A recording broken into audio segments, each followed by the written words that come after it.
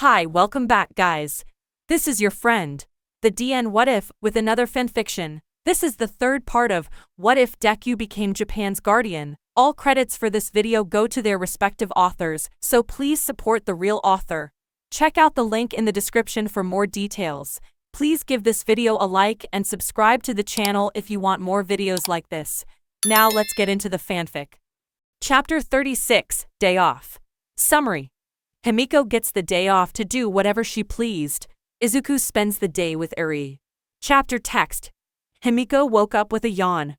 She opened her eyes and saw her room, illuminated with nothing but the sunlight coming in from the window. Man, this bed is comfy, Himiko thought to herself. Jumping out of her bed, she went into her private bathroom and got herself ready for the day. Wait, what time is? Himiko questioned as she brushed her teeth. She looked up at the clock and her eyes widened. 6 o'clock, crap, I'm late. Quickly she finished brushing her teeth and got dressed. She opened the door only to find Alfred standing outside with a tray. Jeeves, please move, I have to get to Bunny. If I'm late he'll make me kiss the floor more than he usually does, and that's a lot, Himiko said, trying to squeeze past the butler. There is no need to worry, Lady Himiko. Master Izuku has given you the day off in celebration of your latest success in your studies, Alfred revealed. Phew, Himiko sighed with relief. That's great, so what you got under the lid, Jeeves? I do wish you would stop calling me that. Alfred sighed before lifting the lid. On the tray was a plate of bacon and eggs, a cup of blood, a new phone, and a credit card with a rabbit on it. Is that Arabic credit card? Himiko asked. Yes, Alfred sighed. Lady Melissa insisted that it have a bat on it. At this point, I wonder what they won't put a rabbit on or dye green. Won't this give away that I work with Bunny? Himiko asked, looking over the card. No one would think Green Shadow would put a rabbit on something like a credit card, and as such everyone will likely assume that it's not related to him in the slightest or assume you're a fan. Alfred reassured her. Neat, Himiko said, pocketing the card. So where's Bunny? Himiko asked, curious. He took Lady Eri to see a therapist and then will take her to the amusement park, Alfred explained. Himiko nodded solemnly. Poor Eri-chan suffered a lot with overhaul and needs a therapist. Hopefully Izuku wouldn't force her to attend too. I would suggest you go out after eating, Alfred said. If you would like, I can drive you to any place you wish to go. And before you ask, no, not in the Green Bullet. No thanks, Jeeves, Himiko said. You got enough on your plate as it is. Don't want to overwork ya, or else you'll just keel over. I'm sure if I were to perish, Lady Melissa would still be asking me to serve her lunch. Which, to be fair, I'm almost certain anything made by my dead body would still be miles better than what she attempts to call cooking, Alfred said with a chuckle. I heard that, Melissa said in the distance. The two laughed before Himiko took the food back into her room. Izuku was walking through the clinic with Eri in his arms. It's been a month now and Izuku couldn't delay it any further.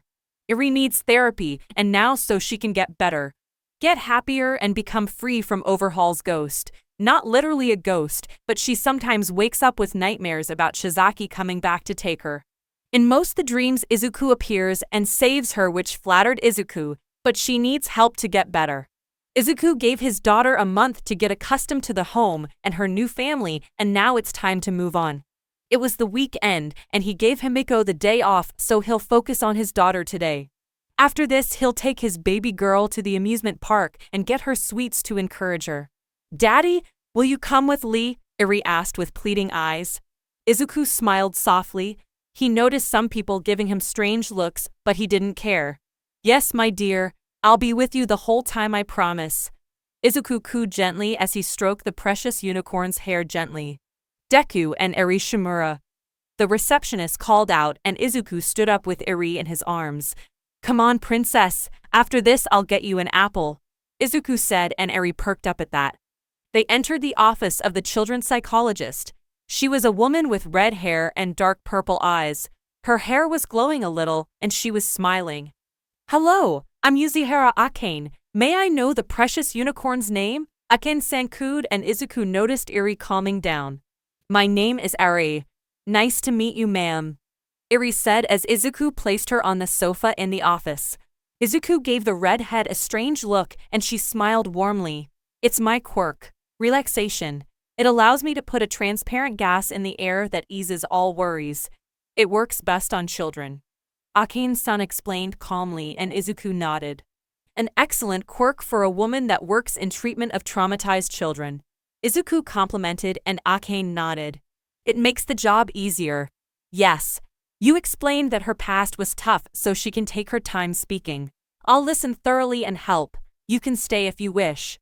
Akane-san explained and Izuku nodded in appreciation. Thank you. Izuku looked at his daughter. Whenever you're ready, dear, Izuku said gently. Eri nodded and took a deep breath. She can do this. For her daddy. Himiko walked through the mall looking at the stores as she passed. This is a bit nostalgic, she thought to herself. It's been so long since I've been here after all. I can hardly remember walking here with my friends. Himiko frowned and stopped walking. Friends, she thought. I can't really call them that, can I? All they knew was a mask, an act, and they never really made me feel any less lonely. The spaces next to me felt just as empty as they do now. Why did I ever do that? Why did I ever build that fake life? Who was it for? She knew the answer to that. It was obvious. It was for her parents. It was always for her damn parents. Everything she did, every act she put on, every lie she told herself. It was all for them. So they could have a normal daughter. And the bastards were never thankful. And when she didn't want to act anymore, when she wanted to be herself. Himiko flinched as she remembered the feeling of her father's hand hitting her face. She shook her head. That's over now. I'm not that fake girl anymore. I'm Toga Himiko, Red Hood, a crime fighter that beats up bad guys outside the law with green shadow. I have friends and a family that loves me. Fuck those bastards who call themselves my parents. Speaking of Bunny. Himiko looked up and realized that she had stopped outside of a hero merch store. And front and center were green shadow products. Green shadow figures, cowls, and shirts. Himiko's eyes sparkled and she walked into the store. She grabbed several items, putting them all in green shadow-themed bag. Was it weird that she was buying products of a guy she worked with? But Himiko was never really normal, and she wasn't going to act like she was. She was going to do what she wanted to do and buy what she wanted to buy, and no one would fucking stop her. Stop! Shouted a guy entering the store holding up his hands which looked like guns. Everyone stop and get down, or else. Everyone but Himiko got on the ground. Himiko looked behind her, making sure no one was there before giggling. What the hell is so funny? The thief asked, pointing his finger guns at Himiko. What are the odds? Himiko laughed. You must have really bad luck. Are you making fun of me? The villain yelled. Take.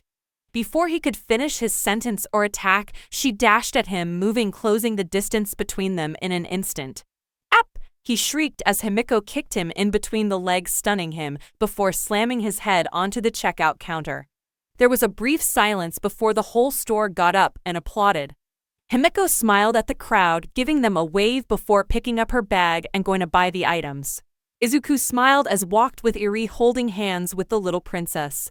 They were now in the amusement park, and Eri looked around frantically. It was big and full of games. Izuku took his daughter to Mighty World Park because it was the best in Japan. What do you want to start with, dear? Izuku asked, smiling widely at the girl. Eri took a thinking pose and then answered. I want to try the swings, Eri cheered, and Izuku nodded. He took her to the game and they waited for her turn. The day kept going with Izuku taking Eri to different games, and eventually the little unicorn fell asleep in Izuku's arms. He took her to the car and put her down and back, then covered her because he knew she'll fall asleep, so he brought a bed sheet. Izuku smiled brightly at how adorable she looked and took a picture. Life was great. Chapter 37, Hitoshi Shinso. Summary. Shinso went to a new school. He'll end up alone and stuck with quirkiest jerks, that's the drill. But this time it goes different. He meets a crazy couple and a bubbly girl, but it wasn't that bad. Chapter text. Achako looked in her mirror, admiring her new school uniform before taking a look around her new bedroom. It was larger than her old room, and she was still in the process of unpacking her stuff, but other than that it was already starting to feel like home. The house itself was pretty nice, with 3 bedrooms. It was twice as big as their old apartment. Ochako dad had been shocked over the large place. She stepped out of her room, sitting down for breakfast with her parents. She periodically glanced up at them with pride in her eyes as she ate her fish, rice, and miso, him having larger servings due to the bigger payment. When she finished, she thanked her mother, hugged her, and headed out the door. She stopped and took a look around. Their new town was small and quiet, less villain attacks than her old town. She walked down the streets, taking in the place. Her new school wasn't that far, and she joined the crowd of students making their way up to the entrance. A few students shot her curious looks, apparently realizing they had never seen her before shrugging their shoulders, probably realizing she was new. She paused near a tree, pulling out a map of the school provided to her as she searched for the main office. According to the map, the main office was on the first floor, near the center of the building. Hitoshi Shinso sighed as he looked around him. It was a new school year, the first school year for him in a new school, with new people. He was stunned when he heard the news about the MLA. A cult school. He was attending a fucking cult school his entire life.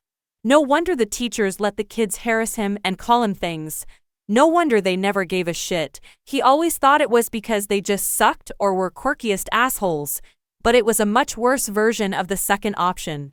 But God bless Green Shadow for exposing the bastards. He didn't fight, but who cares? The guy uncovered a terrorist organization that hid beneath everyone's nose, and Hitoshi looked up for the guy. His villainous quirk made him hated and feared, and shit, it was annoying. Hitoshi looked around at all the faces around him. No one picked his interest, and he wasn't interested in speaking anyway. Once they find out about his quirk, they'll hate him. Plain and simple. Then the door swung open and a blonde girl with ash blonde hair in 2 messy buns and yellow slitted eyes entered the classroom. The girl was dressed in a completely messed up fashion. Her uniform was open and her button-up shirt was open in the top, revealing some cleavage. What the actual fuck? Does this girl have no shame? Shinso wondered with a raised brow. Everyone was staring at her as she got in, mostly her chest. "Stop staring, you extras," another blonde shouted as he entered the classroom. His uniform was as fucked up as the girl before him. It was obvious to deduce. Fantastic. Siblings with the same clothes and attitude. Shindig deadpanned. "Actually, we're lovers," the blonde girl said cheerfully with a bit of smugness in her voice. "Shit, this gonna be a long year." Shinso groaned as he watched the girl and her angry boyfriend take seats in the middle next to each other. Then the door opened again, revealing a brown-haired girl, and Shinso prayed to God above them that she wasn't loud. The girl looked around for a bit nervously before the cat girl got up and hugged her. "Hey, Uraraka, come sit behind me," cat girl said, dragging Pink Cheeks to a desk behind her. After that, the teacher came in and began the introduction. "All right, settle down." The teacher, Futakuchi-sensei, a woman with a second, large mouth, lined with razor-sharp teeth on the back of her head, called, causing the class to quiet down. "Today we'll start with a small introduction and some normal things," the teacher said. They started with some kids and Shinso wasn't that interested until the cat girl appeared in front of the class. "What's up, bastards? I'm Himiko Toga. My quirk lets me transform into people. I like blood and fights as well as cute animals. I dislike bullies and perverts. Hope we can be friends, but if not, get lost, or I'll stab you with a box cutter," cat girl said with a sadistic smirk. It turned to grin at the last part. "A psychopath? Great," Shinso deadpanned. The blonde boy walked to the front with his usual scowl. The guy needed to relax because he looked like he was a guy planning a murder. "My name is Katsuki Bakugu. My quirk lets me create explosions in my palms. I don't like many things and I hate a lot of things. And I'm gonna be the best damn hero," Boomer said and walked back to his desk and gave his girlfriend a high five. Then Pink Cheeks walked and stood in the front. She seemed shy and nervous, but also excited. How can you be shy and excited in the same time? God, he wanted to sleep. Hi, I'm Ochako Uraraka. My quirk lets me undo the gravity of things I touch with my 5 fingers. I like machis and cats. I hate bullies and perverts," Ochako said and walked back to her desk. Shindig sighed and stood up. He walked to the front of the class on side. Everyone looked at him like someone done with living. He had dark bags under his eyes and seemed tired. "Hello," Shindig said in a monotone voice. "My name is Hitoshi Shinso. My quirk lets me control anyone who responds to me." He saw people looking at him with hate, fear, and resentment. Typical. "That's a damn villainous quirk," a boy shouted, and Shinso was about to go to his place but flinched as he heard an explosion. Everyone stared at the blonde boy in shock. He unleashed a small explosion at the ceiling and was scowling intensely. The blonde girl was giving the boy who made the comment a murderous glare, and the brown-haired girl seemed pissed. "Hey, you quirkiest asshole, wanna fight?" the blonde said as he stood up. His hands poppin' like firecrackers. The blonde girl grabbed a box cutter and stood alongside her guy as they glared at the boy like he killed their puppy or something. "That was quirkiest, but please sit down," the teacher said sternly as she looked at the two, then glared at the boy who made the comment, who paled. "This school doesn't tolerate bullying and other things, got that, young man?" the teacher asked as she narrowed her eyes. The boy was terrified and nodded. Shinso was stunned. The kids he just saw as jerks stood up for him. Shit, they threatened someone, and he didn't even talk to them yet. Never judge a book by the cover. Yeah, he'll live by that philosophy from now. "Hey, you okay, buddy?" Catgirl asked him, and he looked at her surprised. "Yeah, just surprised. Why did you help me though?" Shinso asked. Katsuki scowled. "You went to one of these fucking cult schools, didn't you?" Boomer asked, and Shinso nodded. "So did we. Call me Himiko." She gave him a smile. "We went to Aldera." Shinso winced. Shit, that place sucked the most of all the schools. "Hey, don't listen to that extra fuck. No quirk is fucking villainous. Shit, with your quirk, you'll make a fucking badass as a hero. Call Katsuki," Katsuki said. Shinso gaped. "What? My quirk is not flashy or powerful," Shinso said, shocked. "Dude, Mandalay from the Wild Wild Pussycats has telepathy, and she still beats villains. Sir Night Eye doesn't have a combat quirk, and he was All Might's sidekick." "Shit, Green Shadow fights quirkless," Himiko said with a grin.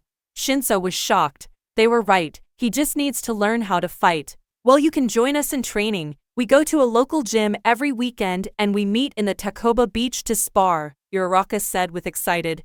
"You can be our friend if you want," Uraraka said excited, and Shinso smiled. Maybe this year won't suck as much. Heck, he had a good feeling about these guys. At lunchtime they sat down at the same table and started eating. "So what hero schools are you going to?" Uraraka asked, curious. A high school," they all answered, and the girls giggled. "You know, Shinso, you need a support item if you don't have a call-it quirk." Himiko started. "Who's your favorite hero?" she asked. "Eraserhead," Shinso answered. "You want me to get you a capture weapon like his?" Himiko asked, and he raised a brow. "How will you get it?" Shinso asked. Uraraka giggled. Himiko smiled. "My adoptive sister is Melissa's shield. I can get you any support item you need," Himiko said, and Shinso chalked on his food. "Really? As in the rich girl?" Shinso asked, wide-eyed. "Yeah. "Her brother is my childhood friend, so that's how we met," Katsuki explained. "Well, that would be great," Shinso said, and Himiko nodded. The rest of the day went fairly nice, and the four became friends, and Shinso got their phone numbers and was added to a group chat. He will see more nice guys that's aiming for you, so he was happy. Chapter 38, Enigma Part 1. Summary. Someone is playing a game of smarts with the world's greatest detective. Chapter text. Izuku sighed as he finished some paperwork. It was really the bane of his existence, besides overhaul and endeavor. Well, the former was dead, but his existence in Eri's mind still makes him count. Oh, and all for one. The guy was the biggest, most terrible headache for Izuku. It's been a month now since Himiko started her final year in junior high. She seemed to be enjoying her time there with Uraraka and some boys she met. A boy she gave raps similar to Eraserhead's. The boy piqued Izuku's interest, so he'll meet him later. And she seems to be spending the most time with Kaken. Yes, he knows they're dating, they're terrible at hiding it. And he was skilled in uncovering secrets, so they didn't stand a chance anyway. Anyway, he finished his paperwork, and he had a bit of free time, so he had two choices. Take a nap that he knows he needs, or play with Eri. He'll play with Eri. He can sleep some other time this week. Or the next one. As long as Melissa doesn't find out, he'll be fine. He had too much work to sleep so casually anyway. The company, the investments, and his work with the Urakas, as well as being a father. Eri was a blessing that befell on him. Overhaul can rot in hell for all he cares. Eri was not curse. He was a devil that befell on his little angel and paid for it. Plain and simple. You think Izuku was cruel? Maybe, but he has a soft spot for kids. But he still had some suspicions. Overhaul died while being transported after being attacked, but the way he died was drowning to death. He investigated it, and he was confused. Why kill him that way? And why was he stabbed in the arms? And if his arms were free, why didn't he fight back? Izuku had a theory, one that sent shivers down his spine. What if all for one got Overhaul?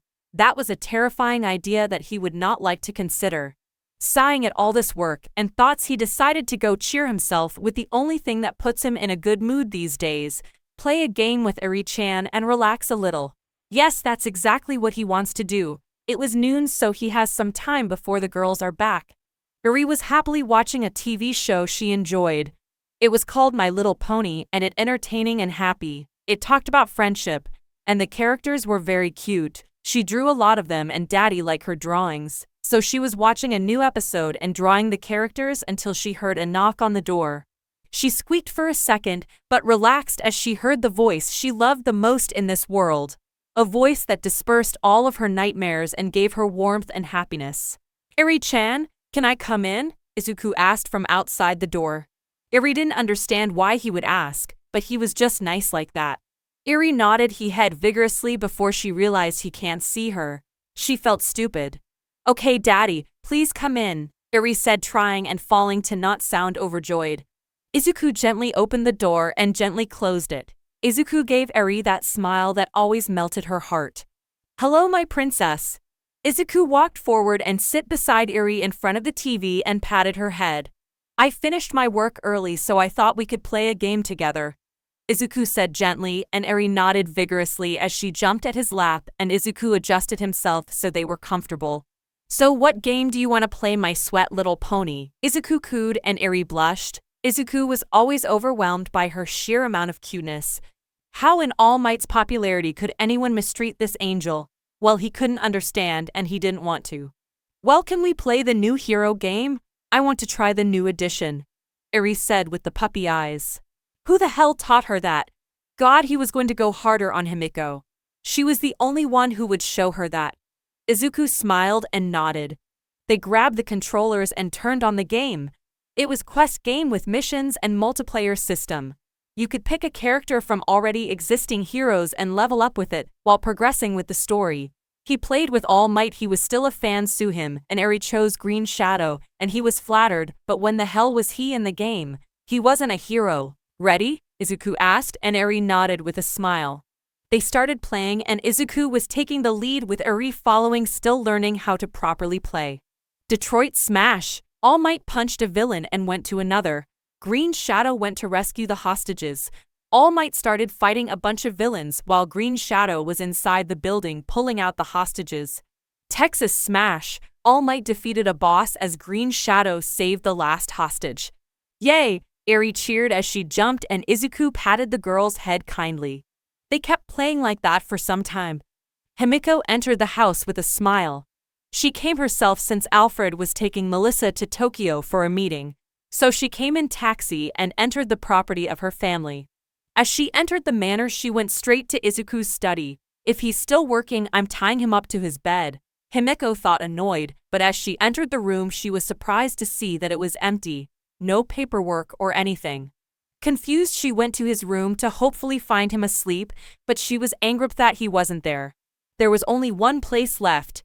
She checked the camera to the base to see that nobody was there. And the car as well as the jet are still here. He didn't go on a patrol. So that means he was with Eri-chan. Well, at least he was relaxing then. Himiko went to Eri's room and put her ear on the door, but she heard nothing.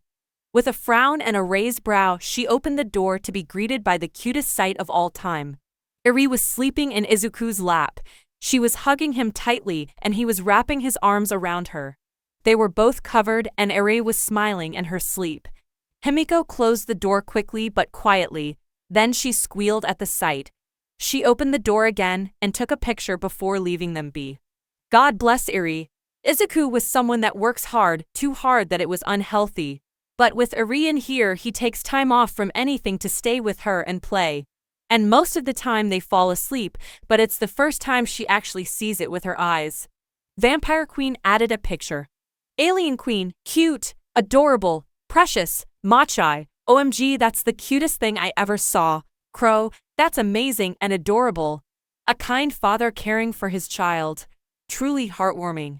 Riot in red, manliest dad of all time. Bomb, it's decided. I'm storming into Tartarus.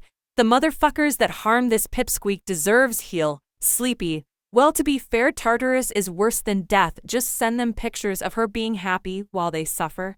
Rockstar. Mood but nice idea. Let's make an Eri fluff club. We get pics and fawn on it. Vampire Queen. Yeah, I'll get us the pics. Izuku woke up later at the evening close to sunset. After the dinner, the vigilante family went to the base, after putting Eri in bed and giving her bedtime story of Chaos.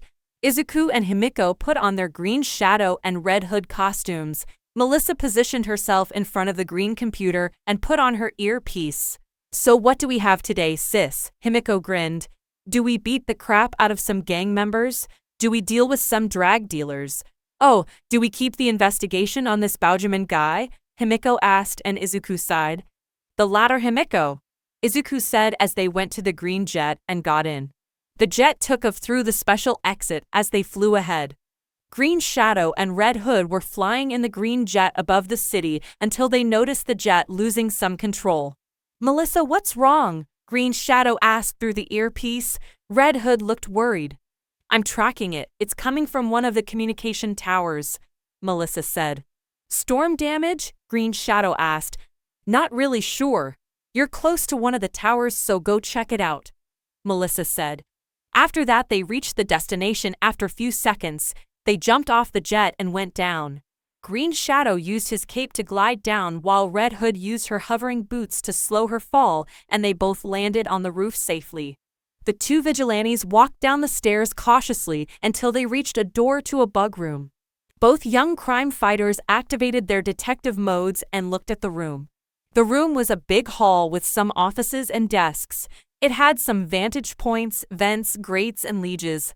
A predatory grin formed on Red Hood's face as she entered what Izuku rat hunting mode, which sounds cliché, but it was the truth.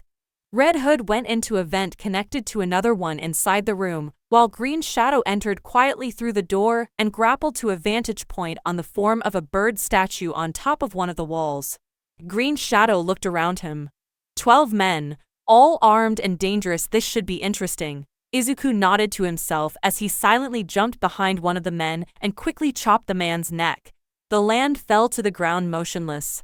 Red Hood jumped out of one of the grates and quickly wrapped her legs around a man before slamming his head into the ground, knocking him out. Some men rushed, but she disappeared and left them to panic.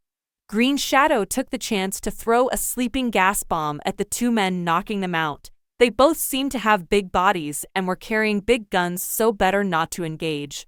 Red Hood got behind two of the men who were standing back to back while still invisible, and as she appeared, she grabbed both of their heads, slammed them together, knocking them out. The remaining 6 men were panicking, so they split off to cover more of the place.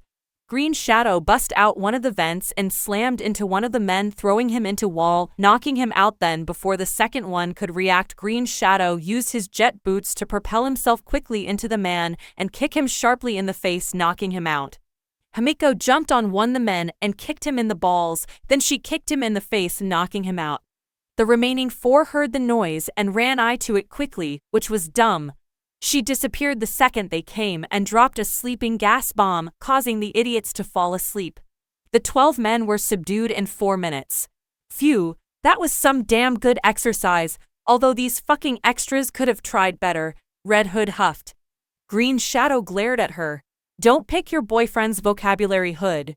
Green Shadow ordered, but there was a subtle threat in it. Hood winced. Yes, sir. Now let's hack the damn tower and see what the actual fuck is going on, Hood said, grinning. She's picking more cursing from Kakin. Green Shadow groaned to himself. As the two got to the control room, they found the door locked with a digital security system, and Green Shadow grabbed his cryptographic sequencer and started working until few seconds later the door opened. Fan-fucking-tastic bunny, Hood cheered as they entered the room. They found a dead body on the floor next to a wall that had a small crater in it, and Hood winced. "Oh shit, the poor bastard," Hood said in sympathy for the man. "From his clothes, he was just a worker in here." Green Shadow scowled as he activated his evidence scanners and examined the body. "Name Ryawego, a programmer in this tower. Cause of death: severe physical trauma upon impact on the wall." Green Shadow examined the wall. "He was blasted in here so hard it made a small crater. His blood is on the wall," Green Shadow said. Himiko watched his detective persona in awe and fascination. "I know it's impressive," Melissa said, amused. Green Shadow walked to the place where the blast has hypothetically come from to see a door with a similar security system to it and scanned it to see that it was booby-trapped. He scanned it with his cryptographic sequencer and found who put the trap to the security room after a bit. "Oracle, what can you tell me about Abarami Shiko?" Green Shadow asked with a frown. "Well, he's a small-time criminal whose quirk lets him booby-trap electronics, small jobs mostly, and this is curious," Oracle said. "What's curious?" Hood asked with a raised brow. "Well, he is dead. His body was recovered from the industrial district an hour ago," Oracle said, unsure. "Looks like some fucker is tying up loose ends." Hood scowled and Green Shadow nodded. They entered the room as Green Shadow started hacking to see who did this just for the screen to show the view of a man who seems to be facing a camera. His face is covered by shadows and can't be seen, but he was dressed as some company worker and even had an ID card, but they couldn't see it well. Well, if it isn't the so-called detective," the figure said, amused. "Who the fuck are you?" Hood shouted at the figure. "So vulgar, my lady," the figure said mockingly. "Think of me as one big mystery that you can't solve," the man said. "I'm calling you Enigma then," Green Shadow said simply. "Oh, you think you are clever, but you can't shut this tower down and your jet will stay useless," Enigma said cockily. "Well, I'm done," Green Shadow said as he let Enigma monologue. "H-Mall for one is not gonna like this," Enigma said thoughtfully. "What the hell is that supposed to mean?" Hood shouted. "Wouldn't you want to know?" Enigma said, amused, and the screen went off. "So we got a smart-ass villain on the chair fucker to deal with," Hood asked, annoyed. "Fucking perfect, they are usually the hardest to deal with," Hood lamented while Green Shadow seemed thoughtful. "He'll use this guy to gain knowledge. That's the plan and he'll get what he needs." Chapter 39, Enigma Part 2. Summary. Enigma proves to be a challenge, but the world's greatest detective will be the one to win. Chapter text. Green Shadow sighed as he got up from the chair. Red Hood was tapping her foot on the ground, irritated, and he doesn't blame her. This is going to be a long night. "Hey guys, the tower is shit down," Oracle cheered. "Yeah, can we now use the green jet?" Red Hood asked, and Oracle winced at that. "What is it? Is there more towers?" Green Shadow asked. "Yes, I'm afraid. There's 3 other towers in the city, and when you shut down this tower, I was sent a..." Oracle trailed off. "What the hell were you sent? Are in danger?" Hood asked, worried. "Is it some type of prize? Because he seems to be playing with us," Green Shadow asked with interest. "Yes, he did. He sent a file that says a wronged heroine. It says you should open it yourself," Oracle said, unsure of what this means. "What the fuck? Is this guy playing, and where does he know a wronged heroine?" Hood shouted in disbelief. Green Shadow hummed. "Oracle, I think we're dealing with blackmail," Green Shadow said, and Oracle gasped in shock. "Okay, who the hell is that?" Hood asked, confused. "Basically, he is like me. Collects dirt on heroes and politicians, but instead of turning them in, he blackmails them to gain a fortune," Green Shadow explained. "True, and thanks to this tower being shut down, I got us a location. It's probably his HQ," Oracle said, and the 2 vigilantes nodded. The 2 exited the tower into the roof and grappled to a nearby building to go to the next tower on foot through the rooftops. It took them 20 minutes to get to the HQ in the industrial district, and Hood was livid. "When I catch that guy, I'll strangle him for making me run all this distance," Hood shouted. Green Shadow smiled under his mask and patted Red Hood, which improved her mood slightly. It's nostalgic, actually. Reminds me of my time with Oracle the First. Green Shadow mused. The memories made him smile widely. Well, let's get in, Hood said as they walked to the signal to find nothing. What the fuck? Hood said confused. Oracle, are you sure? Hood asked through the earpiece. Yup. Right ahead of you, Oracle confirmed. Green Shadow punched the wall just to make cracks all over it. It was fake wall. Hood hit it with her strongest kick, shattering the already damaged wall into small pieces, revealing a door. Did you consider a possible secret door? Enigma asked the two vigilantes through the earpiece. Hood scoffed in irritation. Yeah, I don't have all night, you PC nerd, Hood said, and Green Shadow made a mental note to speak about what she picks from Kaken. The two walked through the door just to find an elevator.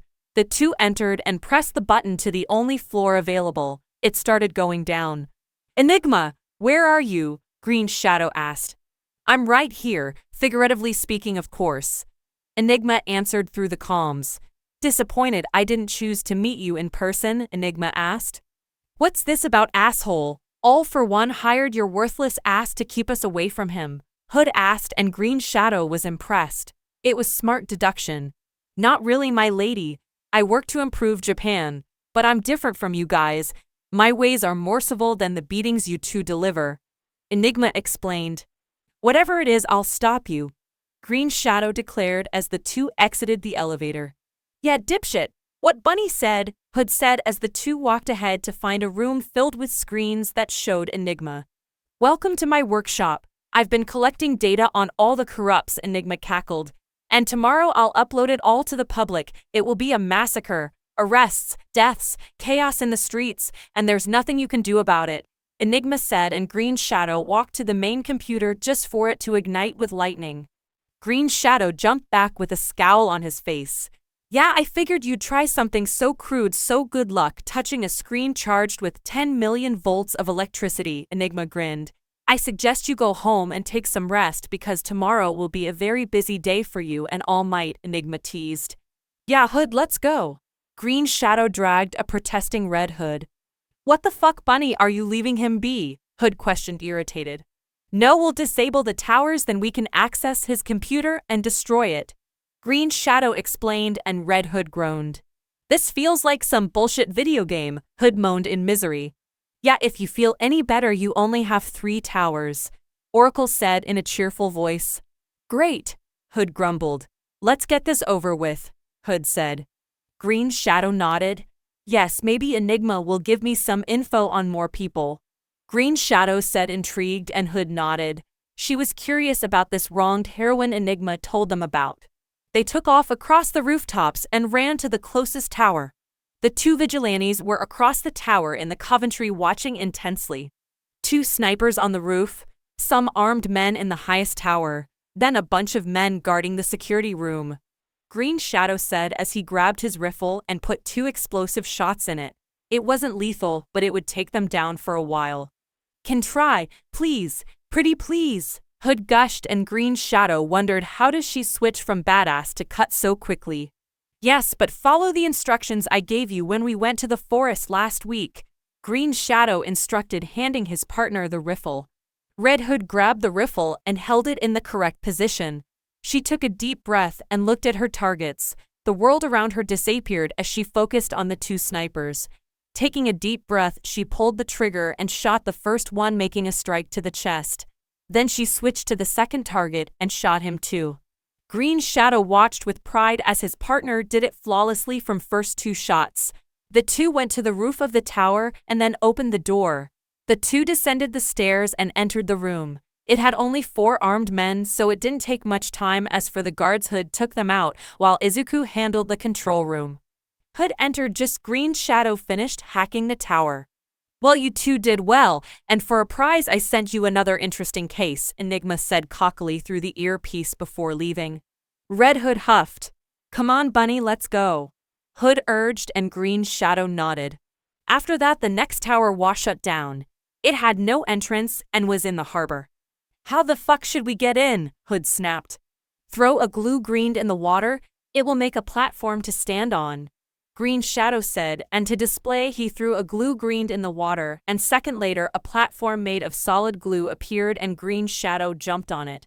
Red Hood followed her mentor's example and threw a glue green in the water, and second later a platform appeared in the water which she jumped on. The two used the platforms to get into the tower and walked upstairs until they met with a bunch of men they easily subdued. Okay, there's no door, so what? Hood asked until she noticed what seemed like a door on the ceiling. The two grappled through the hole and got into the security room, so Green Shadow sit on the chair and started hacking the tower's system. Hey Bunny, can you teach me hacking later? Hood asked and Green Shadow nodded. As he was done, they heard Enigma speak. What? How? I was sure you'd fail. No one is that smart, Enigma shouted. Shut the fuck up, Hood snapped, clearly fed up with him. Did you consider that you're not as smart as you think? Green Shadow asked with a raised brow that no one saw. Big talk coming from the guy who dresses like every night is Halloween. Enigma snarked and Hood threw a knife at the screen. Hey guys, we got another file, Oracle said. The two vigilantes were facing the last tower before they could stop Enigma. This tower had no men in it, but there has to be something else about it.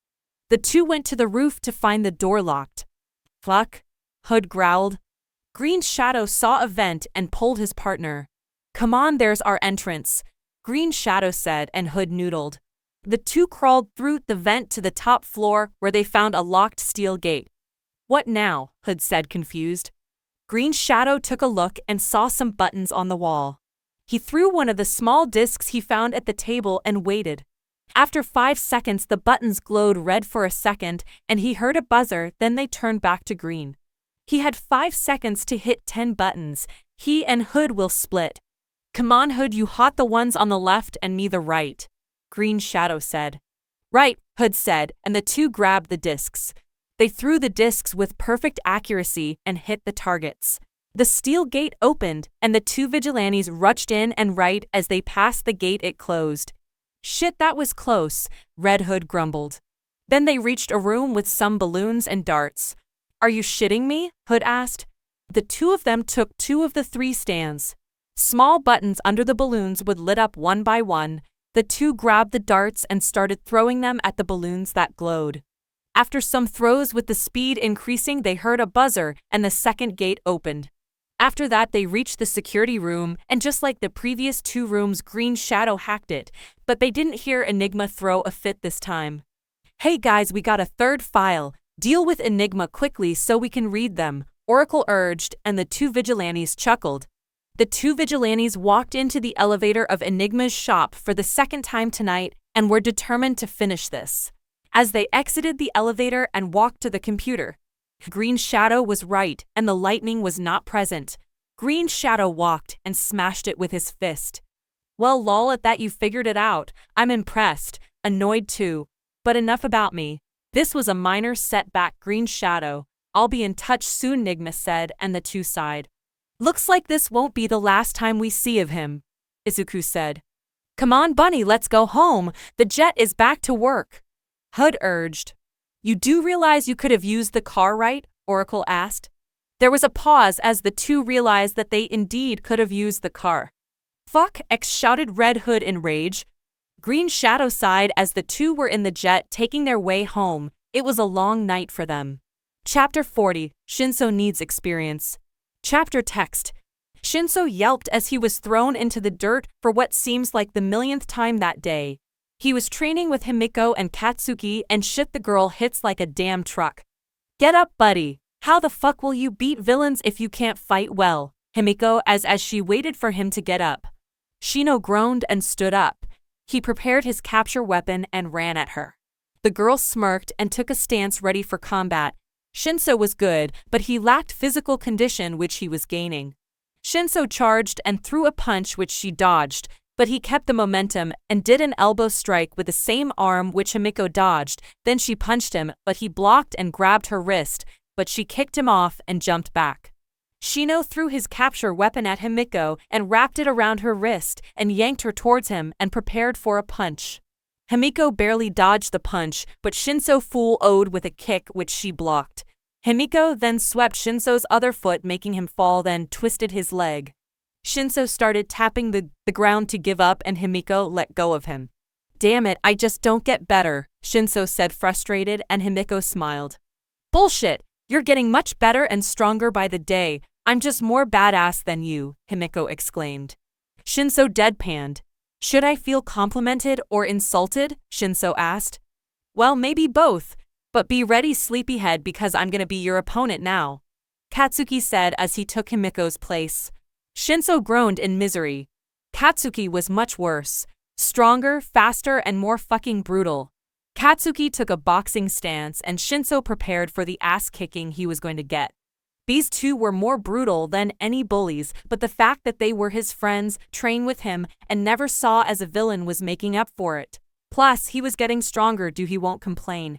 Katsuki charged at Shinso and threw a quick punch that Shinso dodged, but the blonde was quick on his feet and delivered a punch to the cheek that made Shinso see stars and fall on his back. Shinso got up, dashed towards his opponent who was prepared for him. Shinso went for a kick. Katsuki dodged and countered with a punch. Shinso grunted and tried to capture Katsuki with his scarf, but the explosive blonde just yanked Shinso to him and punched him in the gut, making him kneel in pain. Okay, that's enough. You use your weapon too much and you lack speed. We've been here for hours, so let's go, Katsuki said as he offered the insomniac his hand, which Shinso gratefully accepted and got up. Yeah, but I feel like I'm not getting any better, Shinso grumbled and Himiko giggled. You should be thankful that you're dealing with us and not my big bro, Himiko grinned. Katsuki chuckled. Yeah, the nerd would have made you kiss the floor way more than we do. Katsuki and Shinso shivered. Let's go eat, Himiko cheered and the two nodded. Shinso sighed as he laid in bed. What the hell was he supposed to do? He was getting better, sure, but would it be enough for UA? He wasn't really sure about that, but what can he do? He lacked the skill in Parker and fighting, plus he wasn't that good at fighting like the two blondes. Uraraka was as bad, but her quirk will end the fight in a second if she touched most people. He needed more experience, but where will he get that? The two blondes were just kicking his ass to the dirt every day, and even though he was getting better, it wasn't enough. If only he could fight people in his free time. Wait, that's it. He sucked at dealing with opponents, so he should get used to them. He'll sneak in the night and do some patrols and fight some muggers, then come back. He had insomnia, so it's not like he'll sleep much anyway. Shinso decided. He'll become a not technically vigilante since he won't use his quirk, and if does, he'll make sure no one knows. So with that in mind, he decided to wear some things to conceal his identity. He went to his closet and grabbed some things. A purple hoodie and yellow googles that resembled Eraserheads and blue torn jeans, as well as his capture weapon. It was plain, but to be fair, he never cared for what he looked like, only be a hero that gets the job done in secret without bringing unneeded attention to himself. He put on his costume, if you can call it that, and opened the window. His foster parents sucked and wouldn't check on him, so if he entered his room, they forget about him entirely, which was actually nice since in his old school, his classmates always kept on bothering him. Shinso exited through the window of the small house and jumped down. He wasn't the best at Parker, but shit, Himiko was a good teacher. He threw his scarf at the railing of an emergency stairs and yanked himself up. He started jumping between buildings but not running. He would build his momentum, then jump into a building, then stop to catch his breath, not because his cardio sucked, but because it was scary as fuck. He kept jumping between rooftops until he heard something. Help, please, a woman tried to yell, but was silenced. Shut up, woman, a man hissed. Fuck, what should he do? Was he asking? He moved to the ledge to look into the alley and saw a man that looked like a dog pinning a brunette woman to a wall. One of his hands was on her mouth while the other one was close to a not-so-innocent places. Shinso sighed as he jumped down and used his scarf to grab into a railing and swing down. He was surprised to see that he did it correctly as he swung right into the dog guy and kicked him as hard as he could. The guy was sent flying and was knocked into a pile of trash. Shinso waited for the guy to get up, but he didn't. Was he knocked out? Did Shinso really hit him that hard? Himiko said that he shouldn't see how strong or weak he is compared to them, but to average people. Is that what she meant? Was he strong but didn't know because they were better? Yeah, that actually makes sense. Earth to Kid, are you okay? The woman asked and Shinso looked at her skeptically. Am I okay? Lady, he almost wrapped you. Do you need anything? Shinso asked. She looked at him in shock. Am I okay? You just fought a guy twice your size. Actually, I didn't fight him. I kicked him so hard he was out cold. Shinso said and shrugged. It's nothing I'm not used to. Don't worry about it. The woman didn't look any less worried, but Shinso decided that trying to reassure her probably wouldn't do any good. He turned to leave, but almost tripped over Molman, who was still unconscious on the ground. Oh, almost forgot about him. I should really get some zip ties or something to bring out. I wonder do you have any zip ties on you? Shinso asked somewhat sheepish. The woman let out a stressed huff of laughter. No? Are you telling me you ran into the fight without any way to tie the guy up? Shinso gave her a sheepish chuckle. Sorry ma'am, first day, and all sorry if I'm not doing that well, he said bashfully. No, you're doing great. The woman tried to reassure him and Shinso gave her a smile. He wasn't doing great. There's got to be something around here we can use, he muttered. Maybe if I can find some rope? Oh, I can tear this old t-shirt into strips. Probably won't stop him for long, but hopefully the police will arrive before that'll be a problem. The woman stared at him as he tied up Molman as tightly as he could. Do you need me to do anything? Shinso shook his head. If you could call the cops after I leave, that'd be great. I mean, you should probably stick around so you can explain what happened, 'cause otherwise they might not actually be able to arrest this guy, but if he starts waking up, you should probably run. The woman nodded and Shinso grabbed the fire escape. He didn't want her to have to wait too long, which she probably would have to if he just walked out onto the street. Wait. Shinso stopped with his hands still on the fire escape. Yes. Are you hurt? Do you need me to give you first aid? The woman shook her head. No, you just never told me your vigilante name. What am I supposed to call you, purple guy? Shinso shrugged. Sure, if that works. I don't really care what people call me, I just want to help people. Arakai smiled as she watched the vigilante disappear and dialed her boss. She'd call the police in a minute, but they would ask her to stay on the line until someone arrived, and she didn't want to wait to make this call. Kai, what are you doing calling me at 3 in the morning? I have tomorrow's headline. What? What happened? She grinned. I was just saved by a new vigilante. I'm fine, don't worry. He seems to just be starting out, so I'm positive no other paper has talked about him yet. I think he might be a teenager. Really? Her boss sounded much more awake. That is a headline, maybe not front page, but there's definitely a story there. Get me a pace by morning and we'll run it on the website. If it gets enough hits, I'll give you the go-ahead to do more research and we'll do a full piece by the end of the week. What's your vigilante's name? Ara frowned. He'd said that purple guy was fine, but a name like that wouldn't sell any papers. She needed something flashier, something that would make people curious when they saw it in the headline. Well, he was purple with a scarf, and he didn't seem to care what people called him, so. Purple Scarf, she said. Let's call him Purple Scarf. Shinso smiled as he swung between lampposts, which turns out when you run on trash from two lunatic blondes, this was easy. Shit, he now was grateful for their torture-like training because it was paying off. He threw and wrapped his scarf at another lamppost and swung, but he heard a small whimper and stopped. He squirted at the dark and saw a bunch of Len crowding a woman. Seriously, what the fuck is it with guys and raping? And group rape? Come on, that's low, even for villains. Shinso used his scarf to grab into the building on the alleyway and looked down. Shit, 4 men with what seems to be a fire quirk, electric quirk, a blade arm quirk, and a bird wings quirk wings. Shinso looked at them, and he noticed something. Their stances was pathetic. Shit, Katsuki and Himiko will beat his ass to the ground if he ever stood like them, and he could see that a small breeze would knock them out. Normally he should get a hero, but the woman didn't have time. Shinso jumped down and used his capture weapon to swing on the guy with electricity quirk. Then he threw his capture scarf at the man holding the woman, and as the scarf wrapped around the man's neck, Shinso yanked hard, and the man was quickly pulled into him. Moving on reflex, Shinso kicked the guy in the face using his knee, and much to his surprise, he broke his nose and threw him to the wall, knocked out. The guy with wings flew up, but Shinso quickly grabbed him with the scarf and started swinging as violently as possible, throwing the man between the walls of the alley until he slumped down unconscious. The guy shot a flame at Shinso, but even Shinso was surprised by how easy it was to dodge.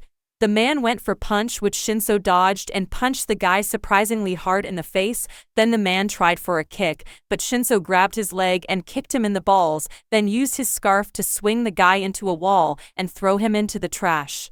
Shinso let out a sigh as he realized that he successfully knocked out 4 villains.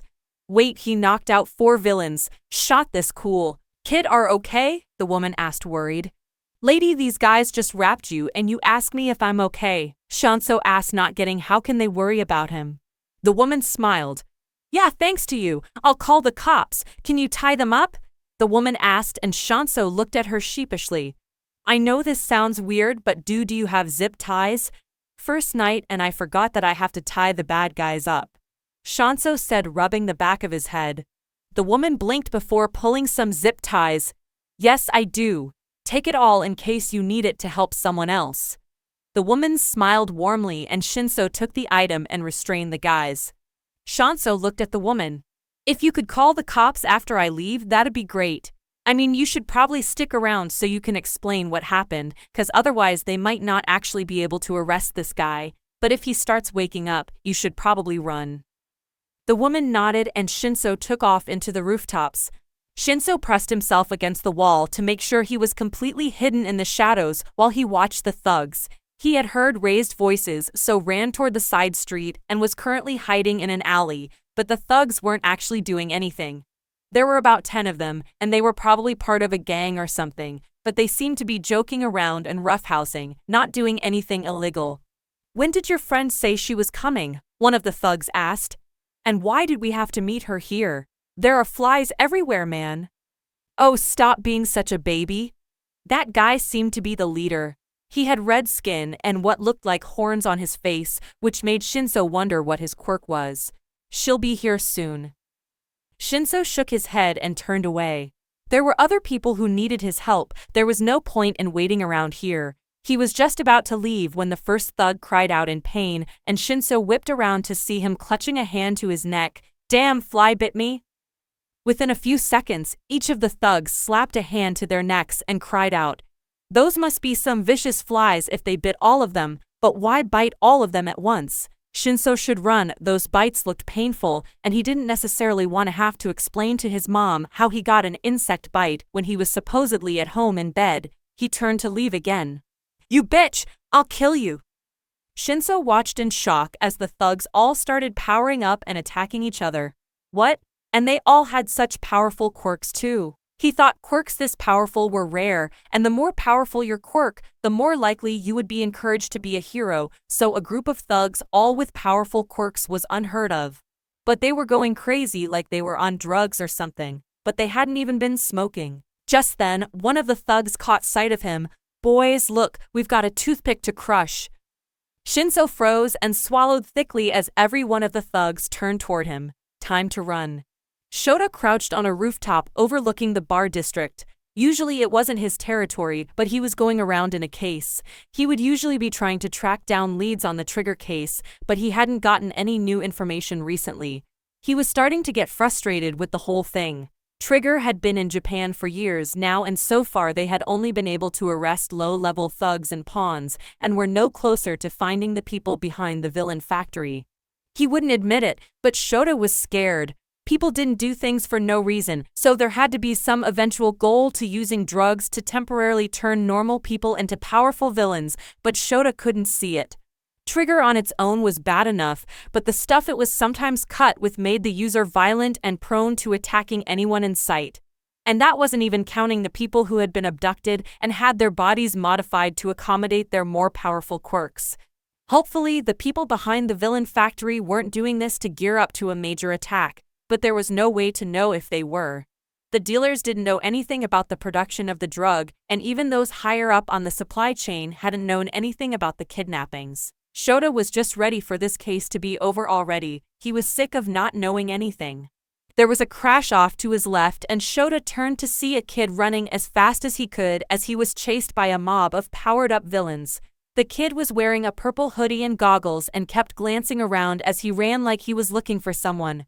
Was this a new vigilante? And why did he have a scarf similar to his? Shota really hoped it wasn't a fan. As the group got closer, Shota decided it didn't matter much. He needed to stop them before any civilians could be injured, which in the bar district was a distinct possibility. Damn problem child, why couldn't he have left the villains where they were? Shota jumped down, startling the kid, who stared at him with wide eyes that Shota could barely see behind his goggles. Wait, those were his goggles. Fuck, he got a fanboy. Stay away from the fight, kid, he said. I'll handle this. He canceled the villain's quirks, then started to wrap as many as he could in his capture weapon, knocking them into each other and into the walls to disorient them. He couldn't see the boy anymore, so hopefully the kid had enough sense to run away. Shinso watched with wide eyes as Eraserhead fought the thugs. But Eraserhead was even better. His quirk was so cool. Shinso could tell where he was looking just by seeing whose quirk could activate and whose couldn't.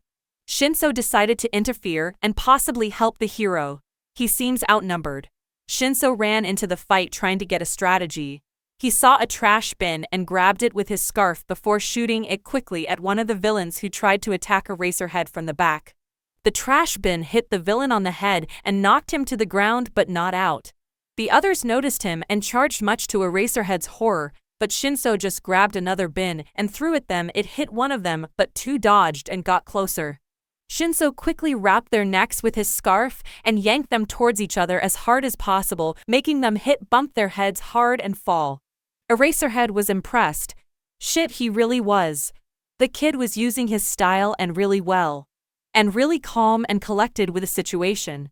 He was even using the things around. Wait, why didn't Shota ever do that? Shota slapped his forehead as he ran to help the kid beat up the thugs, and he did well. Shota and Hitoshi beat the last member of the gang before sighing in relief. Man, these guys were tough, Shinso grumbled. Shota shot the kid a glare. What were you thinking making them run after you? Eraserhead and Shinso shrugged. Oh, I didn't. The second they saw me, they charged at me. I was running for my life and I didn't even bother them. They saw and said, fuck that guy. And I ran for the hills. Shinso said sheepishly. Eraserhead raised a brow, but he decided that the kid was telling the truth and let him go. Go home, kid, Eraserhead said, and Shinso nodded. Yeah, too much action for one night anyway. See ya, sir. Shota was surprised when the kid used the scarf to yank himself into a roof and ran off. Eraserhead sighed. He had a feeling that this kid will be in his class, but he couldn't help but be interested in the kid. He might even train him. Chapter 41, A Master and Student. Summary. Aizawa decides to teach the kid he was encountering far too often some tricks. Don't get him wrong, the kid was good, but he could use some more help. Chapter text. Shota groaned as he was doing some paperwork of his latest arrest. Looks like we got a new vigilante on our hands, Commissioner, Eraserhead said as he looked across from him at Tsukachi. Tsukachi groaned and nodded. Well, this one is much friendlier, to be honest. It's surprising. Both Amplifier and Rocklock spoke to him a couple in the past week. He's a bit weary but nice. Green Shadow was much worse, Tsukachi said, then smirked. And he seems to like you a lot, Eraser. Tsukachi teased and Eraserhead scoffed. The kid admires me. He's good at combat. And he helps the victims. I don't know what quirk he has, but I know he didn't use one. He just beats the thugs with a scarf similar to mine. Eraserhead spoke and Tsukachi nodded. Yeah, why don't you try to speak to the kid? Tsukachi asked with a smile. Why? He seems fine, Eraserhead said. Maybe he's doing some hero training. The kid probably wants to be a hero and started training. Tsukachi commented and Eraserhead hummed in thought. Sounds about right. Probably I can help him. His fighting style needs some improvement anyway, and I'm curious about his quirk. Eraserhead spoke. Tsukachi nodded. Yeah, keep an eye on him or Green Shadow might scout him, Tsukachi said, and Shota frowned. Yeah, the guy already has a sidekick, no need for another, Eraserhead said. They kept working in companionable silence for a few minutes until the doors to the station flew open again and Amplifier came bounding in with a villain in tow and took him straight to the holding cell. Why is she so loud? Shota grumbled. Tsukachi raised an eyebrow. She hasn't even said anything yet. Exactly. Even her presence is loud enough to draw attention. It's annoying. Oh, don't be a spoilsport, Eraser. Amplifier grinned as she grabbed a chair to sit beside him. You're just mad because you wouldn't be noticed by a rat. That's intentional, you know. Shota said as Tsukachi handed Amplifier the villain intake form. People don't notice me unless I want them to notice me.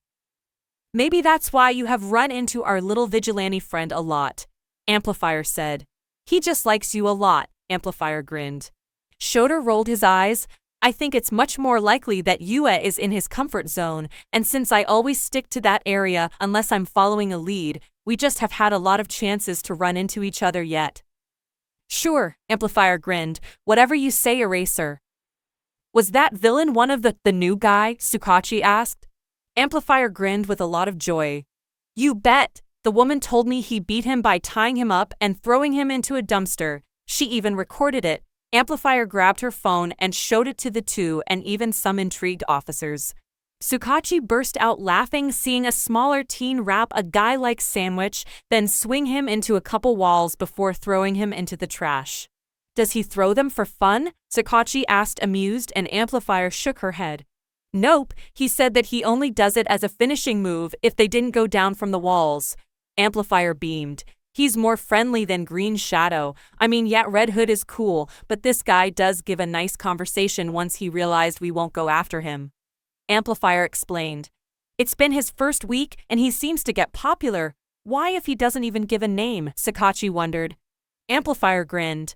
He said he's training for UA. That's why he's doing this. He's practicing combat and parkour. He wants to go underground, and if he doesn't use his quirk, we can't do shit. That's why he's so lax with us, Amplifier said cheerfully. Aizawa groaned. He'll be in my class. I know it. The hobo hero said, slamming his head on the table. Oh, and about the kid's name, I don't think he's going by Green Guide anymore, Amplifier said. Tsukachi furrowed his brow in confusion. What? Why change it? Amplifier looked between the two of them in shock. Did you guys not see the article this morning? They shook their heads and Amplifier smiled and got out her phone. Apparently the woman he saved at first night is a reporter. Since he didn't give her a vigilante name to call him, she's named him Purple Scarf. Kinda catchy, right? Tsukachi frowned. How did I not see this? Amplifier shrugged, probably because the keywords were wrong. You've most likely got your computer set up to ping you if the news mentions a purple guy, but because this reporter used a different name, it didn't trip your system. I like Purple Scarf better anyway. It is easier to say, Tsukachi admitted. Vigilantes gaining public notoriety is never a good thing. Shota grumbled. It goes straight to their heads and they end up putting themselves in even more danger to impress their fans. He sighed. The kid is probably soaking up his fame as we speak. Shinso was freaking out. He couldn't get that article out of his head, even as he ran around the streets beating the crap out of criminals. When Shinso had seen the article on his way home from school, he'd had to fight off a panic attack and he almost hadn't gone out that night. He didn't want to be famous. The more people paid attention to him, the more likely it was that they'd figure out that who he was, and the faster he could say goodbye to any positive reputation he'd gained. He wasn't even technically a vigilante, so why did he have to have a name? But apparently that woman he'd saved was a reporter, so she'd written about how he'd taken down the villain, and she'd apparently done some digging to see that he normally won the fights himself. Shinso didn't deserve to have articles written about him like the heroes did, so he couldn't help feeling like he'd tricked that reporter somehow. Which was ultimately why he was out on the streets again tonight. Sure, he wasn't necessarily happy about the article, but he also wasn't about to let that stop him from helping people either, and he was helping people. Shota had never really understood the appeal of bars. He supposed that Yamada or Shirakumo probably would have dragged him along when they got old enough, but that never happened, unfortunately. Which was what brought him here, overlooking the bar district while partiers enjoyed the nightlife. Shota heard Amplifier's voice echoing from a few streets over, and he sighed and started running in that direction. It was probably nothing she couldn't handle, but he may as well lend a hand as long as he didn't have any of his own leads to chase. As he got closer to the fight, however, he almost stopped in shock. He wasn't the only one who had shown up to the fight. Amplifier dodged a punch from one of the guys just to notice some pointing his gun at her, and before Eraserhead could jump in a trash bin was thrown the man and knocked the gun away. Then as a man tried to stab the distracted Amplifier, a scarf was wrapped around his arm, and the vigilante appeared kicking the guy in the face and throwing him at one of his friends. "Having fun?" Purple Scarf asked with a smirk, and Amplifier grinned. "You betcha, but I appreciate the help," Amplifier said, and Purple Scarf nodded. And all hell broke loose as Eraserhead jumped in and the two pros with their purple buddy fought, or more like destroyed, their 9 opponents. "What the hell are you doing here, kid?" Aizawa asked, exasperated. "Beating some bad guys and killing some time, plus the experience of fighting others is priceless," Purple Scarf said with a shrug. "You're aiming for you, right?" Eraserhead asked, and Purple Scarf nodded. "You bet I am. I'll become a great hero even if my quirk is villainous." Both heroes frowned. "Who told you that?" Amplifier asked. "Oh, I used to go to one of these MLA schools last year." Both heroes winced in sympathy for the boy. "Happy to know that you're doing great, but what's your quirk?" Amplifier asked. "It's called Brainwash. If you respond to me, I can tell you what to do," Purple Scarf said, and the heroes looked impressed. "You'll go far with this quirk?" Amplifier grinned, and Purple Scarf smiled. "Thanks, I really appreciate the words." Amplifier nodded. "What happened to you, kid?" Eraserhead asked, pointing to Shinso's side, which was dirty. "Oh, I tripped on my way here. No big deal." Purple Scarf waved it off. "Are you experienced in Parker?" Eraserhead asked, and Shinso shrugged. "I train and practice here at work," Purple Scarf answered. "Follow me," Eraserhead sighed. It didn't take them long to reach a skate park a few streets over. It was practically abandoned at this time of night, except for a few homeless people and drug dealers, but as long as they left each other alone, Shadow wasn't going to worry about them. He turned around, forcing Purple Scarf to stop quickly to avoid running into him. "All right, first things first, you have to learn how to fall." Yumi thought the point of Parker was to not fall, Purple Scarf asked skeptically. Shadow gave him a deadpan glare. "No, the point is to not get hurt when you fall. You're always gonna fall, especially early on, and that's why you have to start small." He gestured to the park. "Places like this are a good place to practice early on because you don't have that far to fall. Tonight, though, I'm just gonna teach you how to roll." "Yeah, you are going to teach me?" the boy asked, surprised and subtly excited. Shadow rolled his eyes. "Yes, kid, I'm going to teach you. Why else would I have led you here?" Eraserhead asked rhetorically. Purple Scarf shrugged. "Catch me." Shadow sighed again. "Not tonight, kid. Little known fact is that we heroes, especially underground heroes like me, often prefer to work with vigilantes than against them. If you get overly violent or turn to villainy, that'll change pretty quickly, but for right now we're good.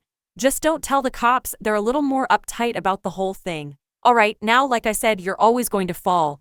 Rolling is a good way to make sure that your momentum gets dissipated gradually so that it doesn't hurt your body. You don't get hurt by moving fast, you get hurt when you suddenly stop moving." Shadow dove toward the ground, tucking his arm under him so that he rolled over his shoulder and landed back on his feet. "That's a basic roll. Now let's go slow and I'll talk you through it." Shadow spent the next hour coaching the kid on some of the basic movements of Parker and giving him some exercises that would give him a decent foundation. The kid was obviously used to the movement, and he was a pretty fast learner, all things considered. "You're quick to learn. Where did you learn to run like that?" Eraserhead asked. "Oh, my 2 training buddies chase after at Takoba Beach, and I have to run on trash," Shinso answered, and Eraserhead doesn't want more details. The two kept the routine for another hour before they heard some noise. When they reached the mugging, Shinso ran right in, Eraserhead close behind him. The thugs were big, and at least 2 of them seemed to have minor strength enhancement quirks, so Shinso should try to handle the others first. He rushed toward a skinny guy who was manifesting short blades from his skin. He wrapped his capture scarf around the guy and kicked him in the face before yanking the scarf and throwing the guy over his shoulder a few feet away. The guy was out cold and unmoving. Eraserhead was focused on fighting the 2 strength quirk villains, and Shinso was focused on a guy with a stone skin quirk. Shinso knew that the guy was transforming, not natural born. He kept dodging, waiting for the effects of the quick to disappear. Then it did, and Shinso slammed his elbow into the guy's head, knocking him out. Eraser had already managed to put 2 thugs out of commission. He was so cool. Shadow looked around the alley and took stock of the situation. In addition to his zip-tied villains that Purple Scarf must have taken down, there was the 4 he defeated. Eraserhead let put a sigh. "Go home, kid. That's enough practice for one day," Eraserhead said, and Shinso nodded. "Yeah. Later, sensei." Shinso ran off, leaving a startled Eraserhead. He didn't agree for being a teacher, but he expelled his entire class this year, so he had nothing better to do. Chapter 42, A New Family. Summary. Did anyone ask for some good old-fashioned Dadzawa? Because apparently Shinso is getting some of that. And new friends too. Chapter text. How did Shadow get himself into these situations? There had been a trigger-enhanced villain attack earlier that day, so he was doing the rounds, shaking down any trigger dealers he knew to try to get some leads while the police tried to figure out the poor guy's identity. The first few had been just what he expected, but this last one had shot up as soon as Aizawa started asking questions, and now he was trying to figure out how to lead this guy away from populated areas. And he was a mutant type, so there was that. The dealer had a crab-type heteromorphic quirk, which hadn't been a big deal when his skin was just a bit more durable, and there was an extra pair of arms, but now his skin had hardened into an armored shell and his hands and turned into razor-sharp claws, and Shadow couldn't erase it. So far, he'd just been dodging all of the villain's attacks and waiting for the trigger to wear off. This batch must have been more potent than most, however, because they'd been doing this dance for 10 minutes now and the guy wasn't even out of breath. Sneak attacks were really much more effective, not that he couldn't do drawn-out battles, but he didn't prefer them for various reasons. One of those reasons being that the longer he fought, the more likely it was for him to blink and miss something important, such as one of the claws reaching out and tangling itself in his capture weapon. Within seconds, the crab villain had managed to spin his claws in such a way that Shadow was tangled in his own weapon and his hands were pinned to his side. Dang it. If he made it out of this alive, Tsukachi would never let him live this down. The villain was grinning down at him as he gradually tightened the weapon until Shadow couldn't breathe, then tightened it some more. Suddenly, Shadow felt something whiz by the top of his head and hit the villain right between his eyes, making him stagger back and loosen his hold on the capture weapon. Shadow gasped for air and tried to yank his capture weapon back, but the villain had already recovered. Swearing, he reached for his knife to cut the weapon right as his opponent moved to tighten the noose again. Suddenly, the villain cried out in pain and clutched his eyes. Shadow didn't waste any time cutting the weapon free of the villain's claws and stepping back to catch his breath. Now that he wasn't about to die, he glanced to the side to see who had helped him, only to see Purple Scarf beside him with his slingshot still at the ready. Since when does he have a slingshot? He can question the boy when they weren't in a near-death experience. "Can I use my quirk?" the whispered, and Shadow blinked. "What?" Shadow asked. "My quirk, to stop him," Purple Scarf hissed. Oh, brainwash. He stopped this bastard in a second, but of course he needs permission. "Go ahead. I don't feel like dying, but how will you make him respond?" Shadow asked. "So does your mother have tits? Or is she flat-chested?" Purple Scarf asked loudly, and Shadow gaped. "What the fuck? What the fresh fuck? This kid has no shame. What did you—" The villain froze mid-sentence and stopped moving. Shadow glanced to see the boy giving a bored expression. Shadow was struggling for a while, and this brat took the guy down with a single sentence. "Good job, kid," South glared. "But couldn't you say something less insulting?" Eraserhead asked, irritated. "Probably, but I wanted to make sure he responded." Purple Scarf shrugged. "Well, thanks, but go home, kid." Eraserhead noticed the kid grimace at the word home. Why? Was he abused at home? "Well, I still have a couple hours in me, so bye." Purple Scarf turned to leave, but Eraserhead grabbed him with his weapon. "I'm not gonna hurt you. Just come with me. Let's drop him off at the police station and have a small talk," Eraserhead said, and Purple Scarf sighed. "You're not throwing me at the cops for quirk usage, right?" the boy asked. "Kid, you can keep using your quirk and I wouldn't give a shit. As long as you don't kill or commit crimes, I won't come after you," Eraserhead said, and Shinso nodded. "So you gonna tell me why you hate your home, kid?" Eraserhead asked bluntly. "Well, my foster parents don't like me. They call me a villain, and I'm not allowed to talk. Only sign language, Shinso said as bluntly. Foster parents, since when do you live with them? Eraserhead asked, and Shinso shrugged. Since my last year in elementary school. And, do they abuse you? Eraserhead inquired. Nah, they just hate my guts. Well, to be fair, I'm doing better since I got my new friends. They wanted to go to you. And no, they're not vigilantes like me. And they don't know I'm doing this. Shinso said, and Eraserhead sighed. The kid has a lot of problems, and Shadow was sure he's running from home more than training. What's your name? I'm Shada Aizawa, Aizawa said. Hitoshi Shinso, Shinso said bluntly. So can I go home now? The boy asked.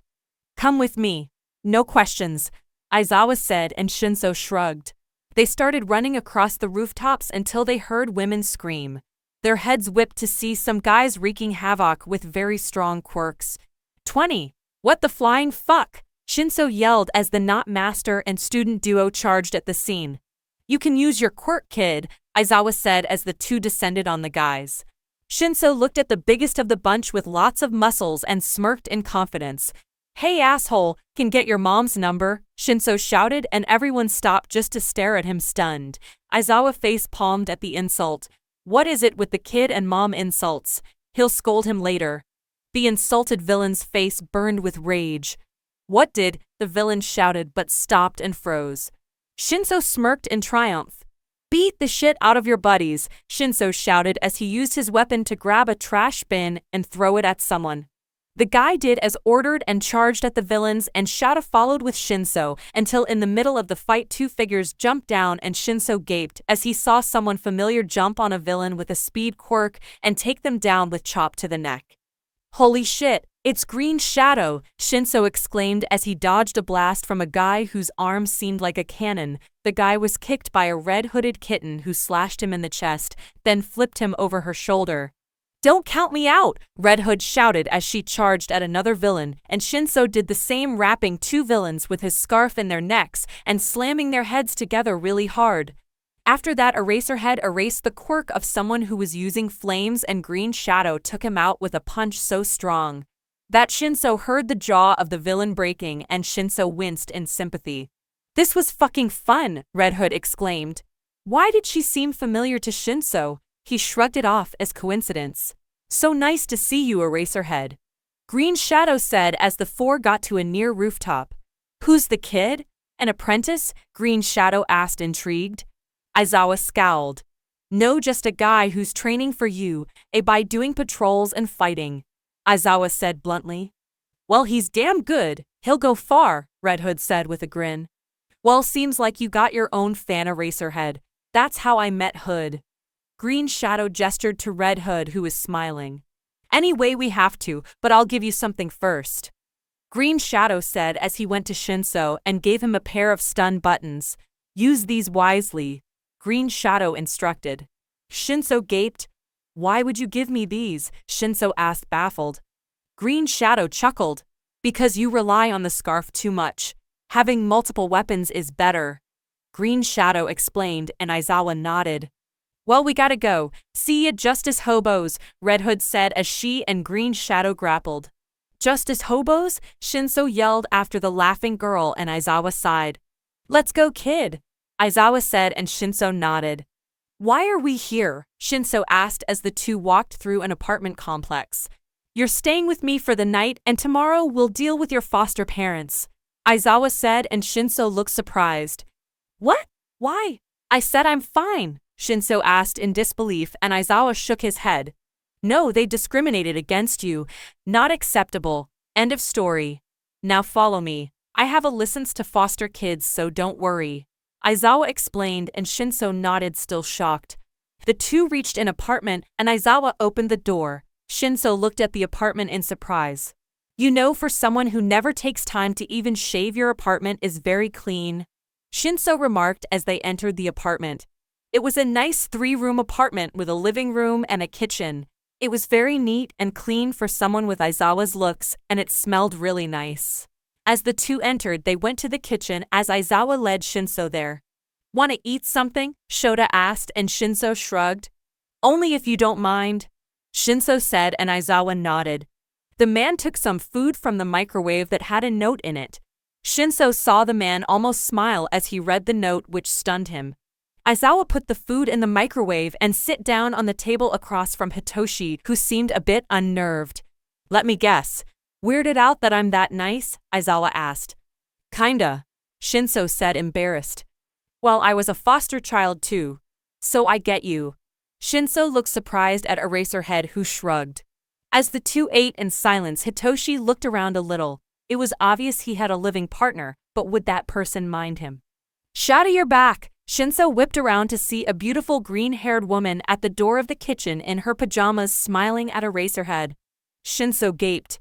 No way in hell itself this grumpy hobo-looking guy is dating that woman. It's like a beautiful model dating a fucking skeleton. Go back to sleep, Emmy. It's 4 a.m. Shada said softly, and the woman shrugged. Well, I'm awake, so introduce me. The woman said cheerfully, giving the happiest smile Shinso ever saw. It was heartwarming. To be fair, sir, I see that being with someone with such a smile makes feel like you're less done with living. Shinso said bluntly, and Aizawa nodded, causing Emmy to blush and sit beside Aizawa across from Hitoshi. I'm Emmy Fukukadu, pro hero Miss Joke. The woman introduced herself. What's your name? She asked kindly and cheerfully. Hitoshi Shinso, Vigilante Purple Scarf. Eraserhead, sir, is teaching me few stuff. Shinso said, and she gasped. Oh, you're the new fellow. Nice to meet you. Shada seems to like teaching you, and believe that proves you're good. The woman said, and Shinso blushed. Well, tomorrow is the weekend, so go to sleep, you too. The woman said, and they gratefully took the offer. He had a feeling he'll get used to this. He doesn't know why, but he hoped he will. Chapter 43, A Party. Summary. Everyone celebrates Melissa's birthday. Chapter text. So what are we doing today, Bunny? Himiko asked from the back seat of the green jet. We're stopping a weapons deal, Izuku said. Try not to harm the weapons, they can be used as evidence. All right, Himiko said. After arriving at the warehouse, Izuku and Himiko snuck in through the windows. Below them were 3 guys next to a van, holding guns, talking to 5 dudes next to another van, while one guy was taking boxes out of the van and into the other one. Izuku looked at Himiko and mouthed something. Himiko nodded and threw a smoke bomb down. Hey, what the? Gah! Oof! Biwa! The sounds of gunfire and grunts of pain could be heard from the smoke for a while before everything went quiet. When the smoke cleared, Himiko was pinning one of the guys to the ground while all the other guys were knocked out and tied up.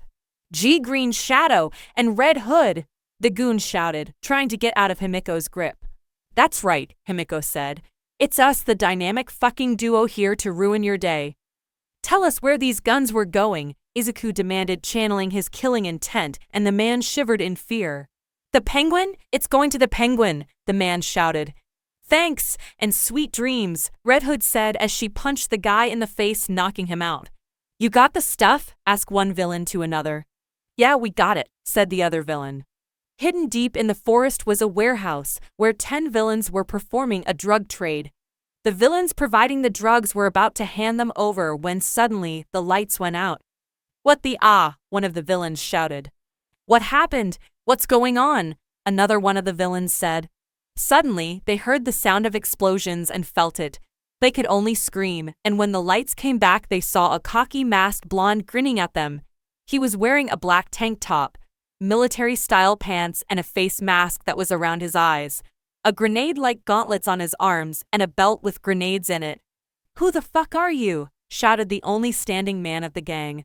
The others were either knocked out or beaten up.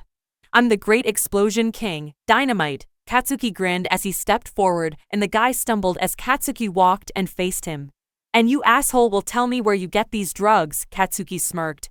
Or I'll fucking blow you up. Katsuki created an explosion above him, and the man paled. The Penguin! It's the Penguin who gave it to us!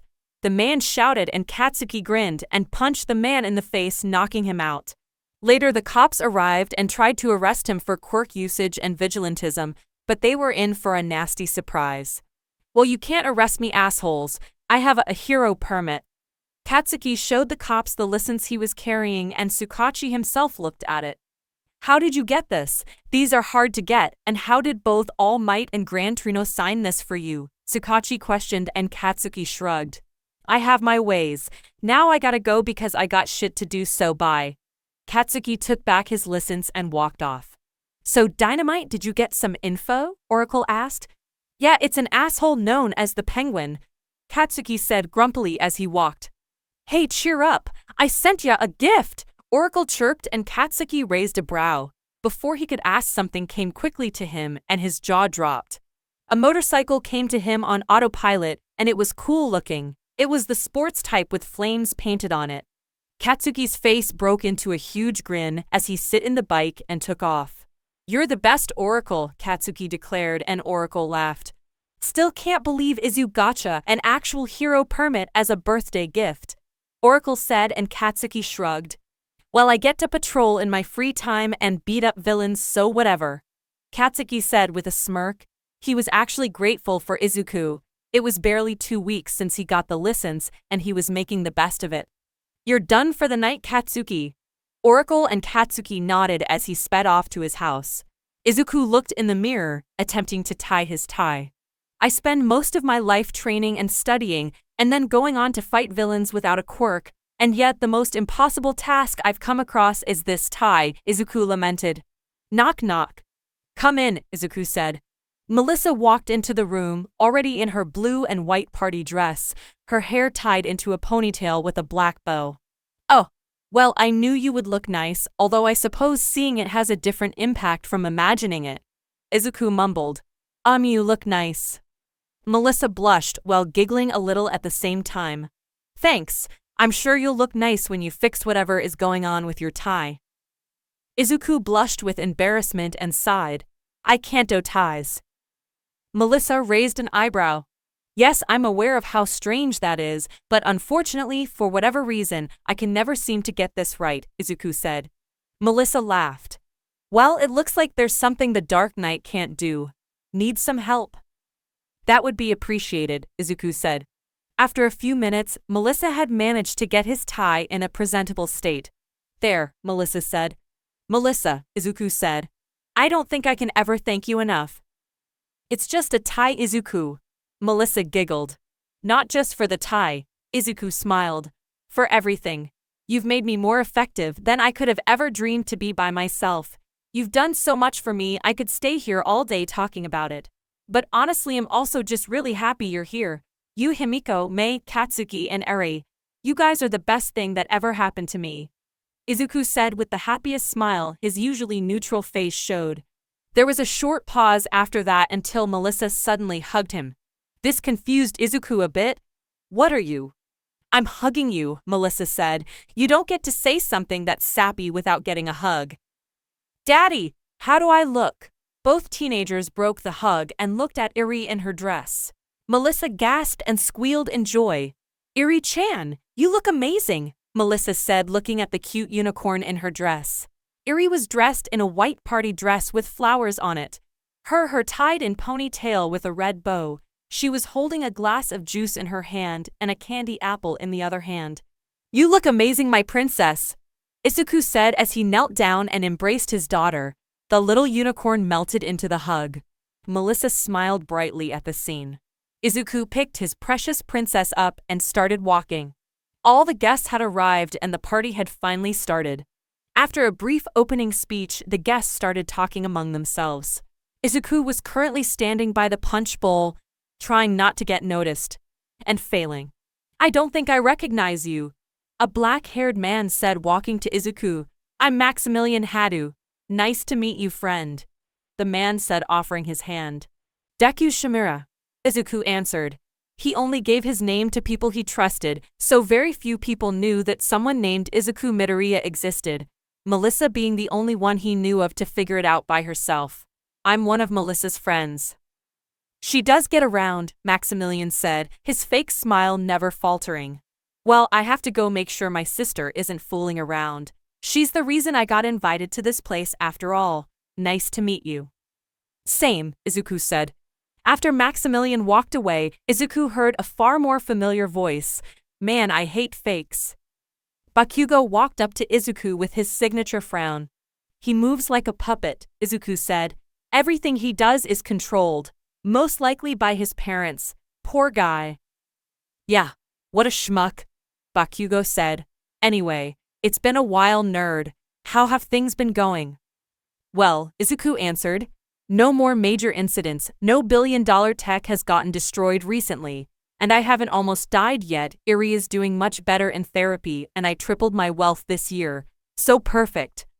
Izuku shrugged and Katsuki huffed in amusement. How's Pipsqueak doing? Katsuki asked fondly of the little unicorn. Yes, Katsuki adores the little princess, and any more with a problem can fuck off. Fine, she's not getting nightmares and she smiles more. So perfect. Melissa befriended the big three of 2A, if you remember them, and well, you spend time with Himiko as much as me. Izuku shrugged and Katsuki nodded. Well, I got leads on the drug deals. Someone named the Penguin. He seems to be an arms dealer, Katsuki said, and Izuku nodded. How is it these days with you? You and Kirishima seem to become best friends, Izuku said, and Katsuki scoffed. Yeah, he's the fake redhead who's gulping down the food like a fucking pig, Katsuki said loudly, making sure to get Kirishima's attention. Kirishima gulped down what he was eating before quickly running over to his friend with an embarrassed look on his face. Dude, that was not manly. Neither is leaving the rest of us with no fucking food, Katsuki said. Now say hi to Deku, Katsuki said with a grimace. God, he hated that nickname, and whenever he says it, he'd feel like a prick. Thanks for the party, dude. It's really cool, Idru said, pumped up, and Izuku smiled. Thanks. It's Melissa's birthday, so I wanted it to be special, Izuku said, and Kirishima nodded. Well, go make sure your pink princess doesn't ship anyone without supervision, Katsuki said, and Kirishima blushed. She's not, Kirishima tried, but Katsuki scoffed. Give the bullshit to someone else, and find her before she sets some people up, Katsuki snapped, and Kirishima bolted to find Mina. Izuku chuckled. Nice one, Kakin. It was hilarious, Izuku said, and Katsuki shrugged. Well, gotta find Himiko. Bye, nerd, Katsuki said as he walked off. Izuku sighed as he looked around until someone called out to him. Deku-kun, Ochako called out as she came to him and beamed. Hello there, you're Raka-san. Izuku greeted politely, and Ochako glared at him with a pout. I mean Ochako. Izuku corrected himself with a blush, and the brunette girl beamed at him. See, it wasn't that hard to say it, was it? Ochako said with her usual bubbly and cheerful voice, and Izuku smiled. A little, but I managed, Izuku said, and the girl giggled. How are you preparing for UA? Izuku asked, and Ochako blushed. Really well. Himiko-chan is helping me train, so I won't complain, the girl said, and Izuku nodded. You have great potential, Ochako, Izuku said as he smiled at her. Don't waste it. Ochako's face became red. His smile always made her giddy and light. She felt weird and confused. Sorry, Deku, gotta go, Ochako said quickly as she bolted away, leaving a confused Izuku. Izuku just shrugged and shook his head. If I stand by this punch bowl all night, Melissa is going to scold me. I guess I better at least move around a bit. Maybe I should talk to some people. Izuku walked for a bit until he saw his mom speaking with Auntie Mitsuki and some other women. Shrugging, he decided to say hello. Hello, Mom. I'm happy to see you, Izuku said as he went to see his mom.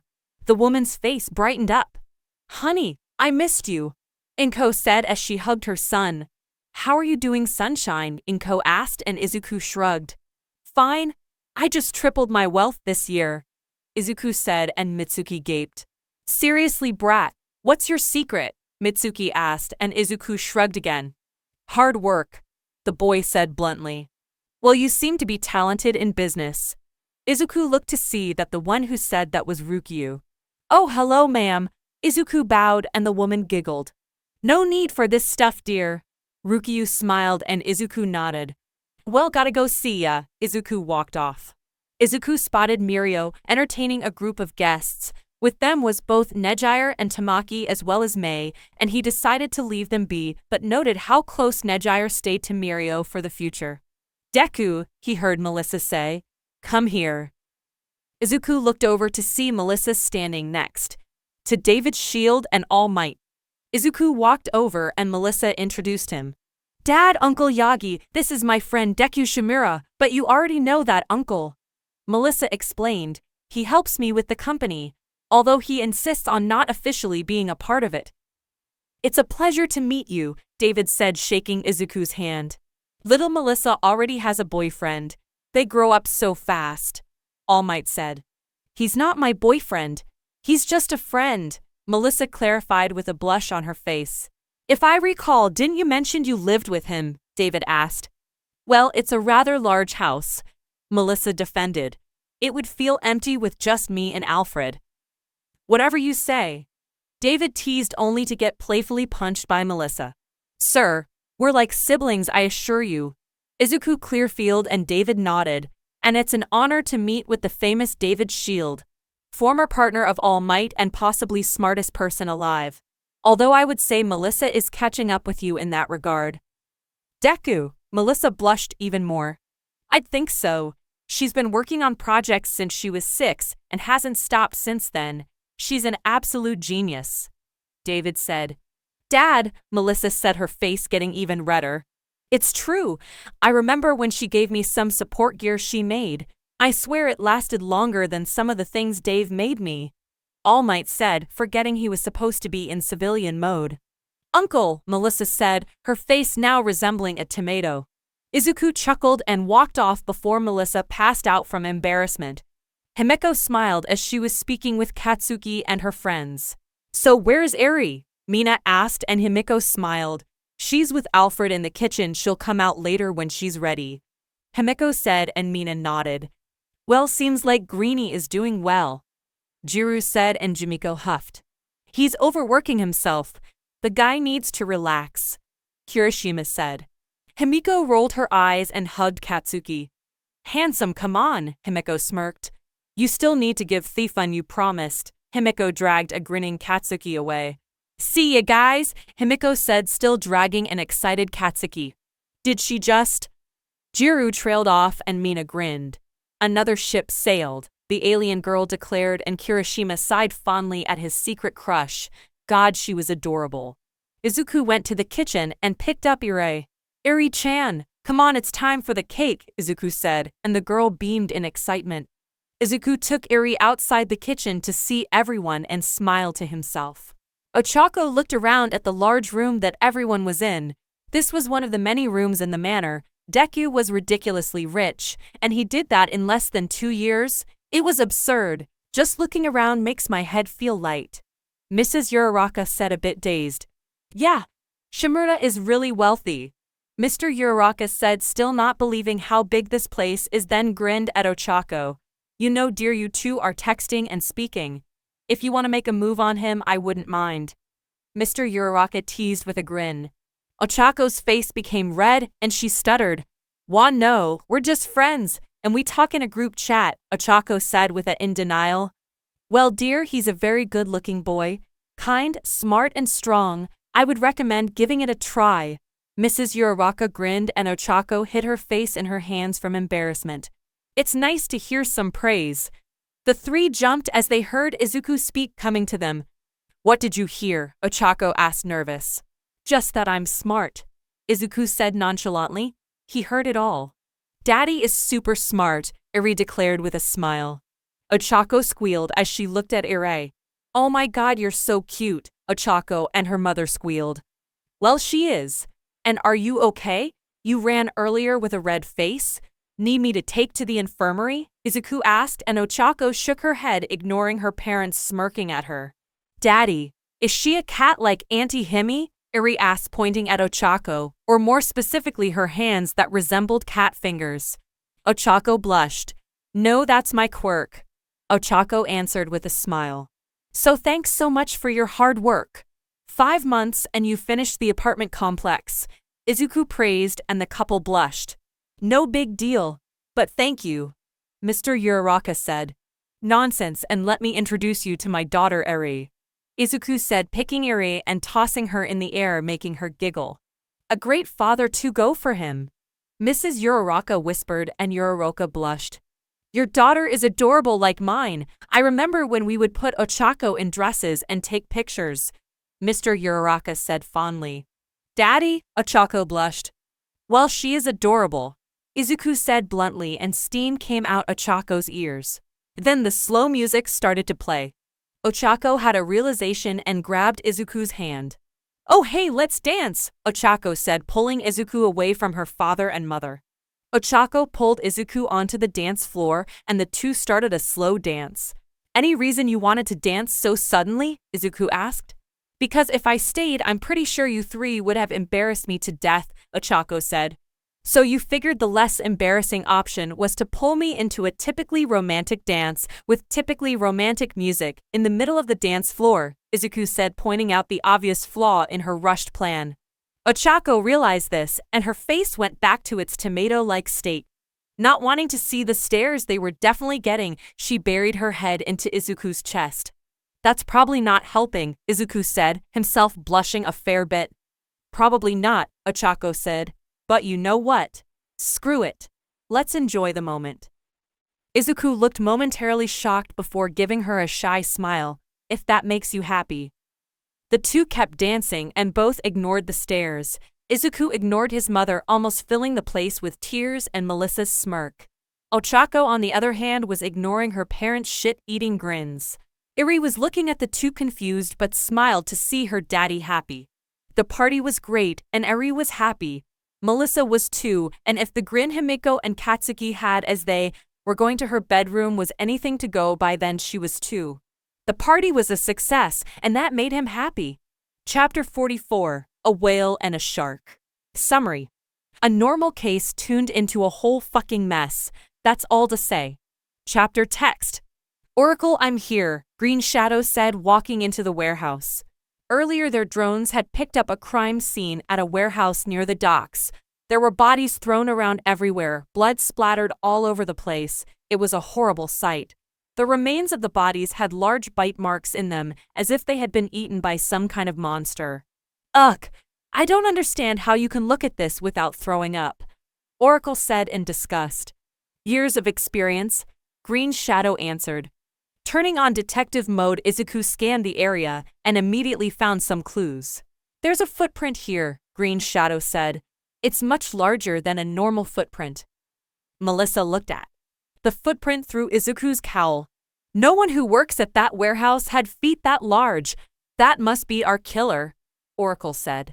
It doesn't look like a human foot, Green Shadow said. He walked to the next clue. He found a small green scale lying in a pool of blood. A fang. Appears to be a shark, consistent with the footprint. Green Shadow said. These two clues combined with the bite marks tells me that the murderer was a large shark-like man, possibly either a transformation or a mutant-type quirk. While I'm looking through the listed quirks, I found 5 people who match the description, but 3 of them are currently not anywhere near your location. One of them is dead, and the last is missing, Green Shadow said. Tell me about the missing one, Green Shadow said. Kuroko Daru, Oracle said. 11 FT tall and 850 pounds. His quirk is called Killer Whale. It's a mutant-type quirk that turned him into a huge killer whale man. He's participated in many underground fighting matches. They called him Slaughter. Despite this, he never actually killed anyone. He went missing 6 months ago. No leads onto what happened. Are there any other possible suspects? Green Shadow asked. No, Oracle said. Not too many giant lizard men with sharp teeth in the city. Green Shadow sighed. Looks like we're done here then. Let's see if we can find any leads on Whale. Suddenly Green Shadow heard something bubble. He looked towards the hole that leads to water as a large gray hand rose up. Out of the water came a huge gray shark man. Whale, where is Wal? The shark man said. You don't look like a pro hero, Green Shadow said. Would you mind telling me why you're looking for him? Where is Whale? The shark man said, much more aggressively. I have a feeling he's not working for the right side of the law, Oracle said. Suddenly the shark man charged at Green Shadow with lightning quick speed. Green Shadow barely managed to react, jumping over him just in time. He's fast, Oracle said. Way too fast. Where is Whale? The shark man repeated.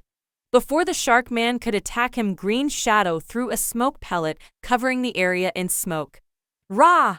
The shark man roared, searching for his prey. Suddenly, out of the smoke, Green Shadow jumped at the shark man and punched him in the nose, his gauntlets doing some serious damage. Rah! The shark man roared in pain. As he recovered, he sniffed. Suddenly, he froze. He sniffed a few more times. Whale, he said. Izuku went to punch its nose, but the shark man backhanded him, sending him flying into a wall.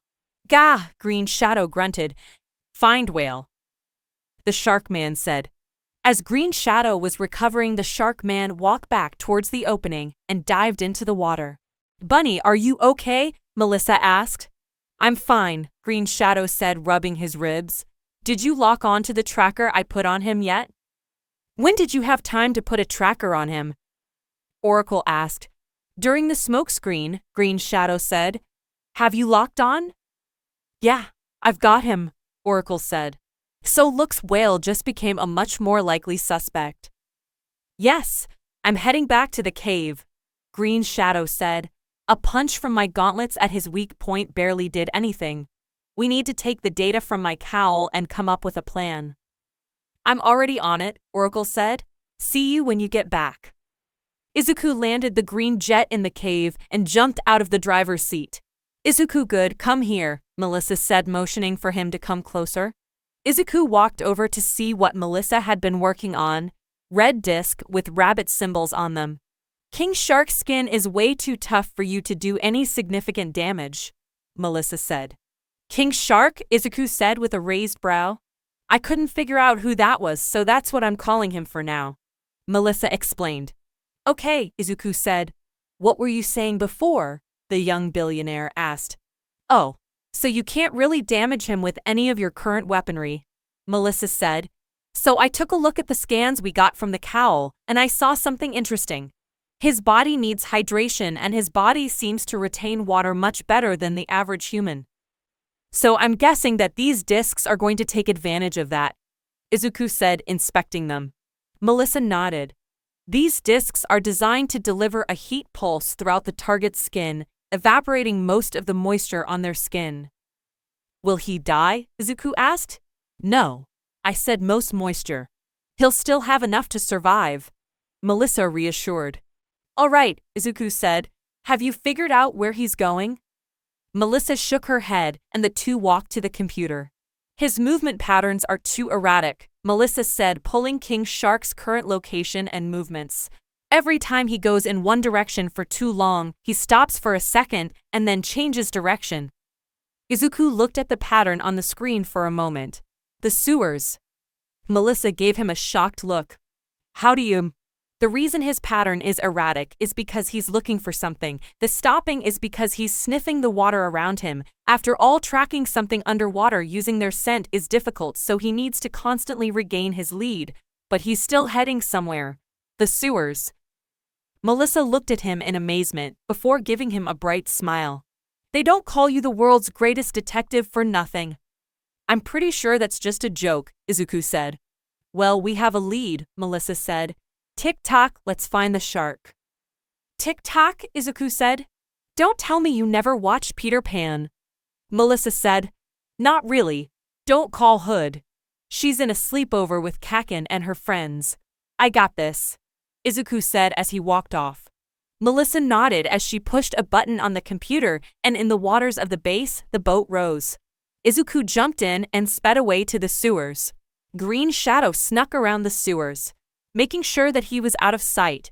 If he wanted to find Whale, then he would need King Shark to lead him there, so staying in the shadows was a must.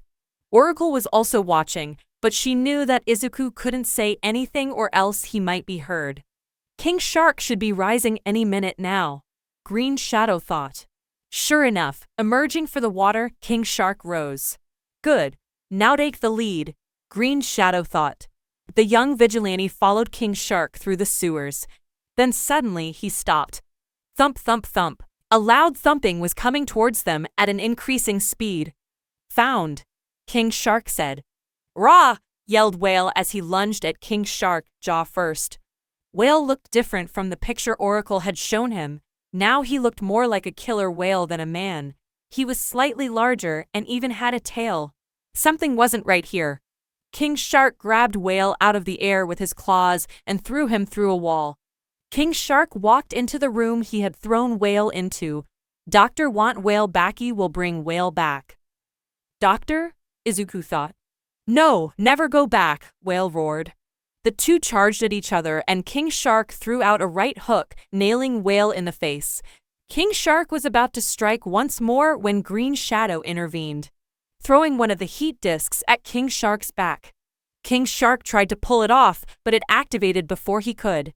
Gah! King Shark wailed as heat spread all through his body, turning the water on his body into steam. Weakened, King Shark fell to his knees and Croc took the opportunity to punch him across the room. Whale ran at him, ready to finish him off when Green Shadow jumped in the way. Stop, Green Shadow said. Whale ignored him and kept charging, ready to knock Green Shadow out of way. Green Shadow dodged the attack and jumped over him. He took out his grapple gun and shot it around Whale's leg, tripping the monster like man. Green Shadow threw a few pellets at Whale, which hit him and exploded into foam, keeping Whale in place. Gra! Ruah! Croc roared as he struggled to escape. That's not gonna hold him forever, Oracle said worried. I know, but it bought me time, Izuku assured her. He walked up to Whale, staring him right in the face. Whale tried to bite at him, but he was too far away. Kuroko, Green Shadow said. What happened to you? You went missing, and then you suddenly show up with cannibalistic tendencies and more power than you've previously shown. Green Shadow said, feeling bad for the man. Gah, they took me, Whale said. They took me and tortured me, not going back, never going back. He seems to have reverted to an animalistic mindset, Oracle said. That might explain why he ate those people.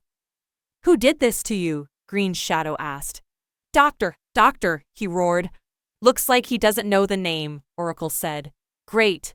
More detective work.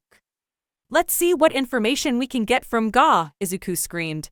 King Shark attacked him from behind, biting down on his arm, crushing it, making blood leak out of the cuts in his armor.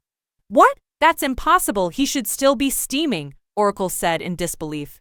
Activate gauntlets. Green Shadow cried out in pain. The gauntlets fired up and blasted the inside of King Shark's mouth with electricity. Rah! King Shark roared, spitting out Izuku's arm. Green Shadow used his functioning arm and threw another heat disc at him. Rah! King Shark shouted as the heat disc did its job. Bunny, you need to get out of there. Melissa shouted. The vigilante ignored her and cocked his arm back, his gauntlet glowing with red energy. The kinetic energy he stored all night. Green Shadow charged at the shark and yelled out. Thunder smash! Green Shadow roared as he punched the monster shark. The shark was blasted to a wall and knocked out from the power of the attack. Before Green Shadow could react, Whale freed himself from the foam and attacked him. Green Shadow was thrown to a wall but was too stubborn and grappled to him. Green Shadow then shot electricity through the cable, shocking Whale.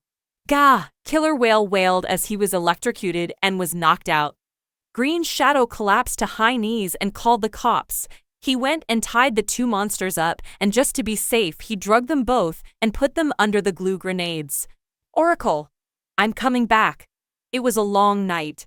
Green Shadow said, tired. You think? Oracle shouted.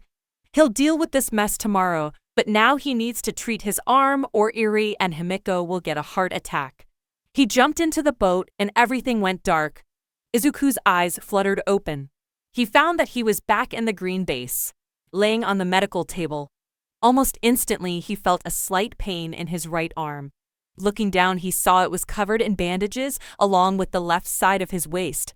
Must have broken some ribs when Croc hit me. Izuku deduced. I must have lost consciousness and Melissa drove the boat. Izuku got off the table and walked to the green computer. Sitting down, Izuku turned the computer on.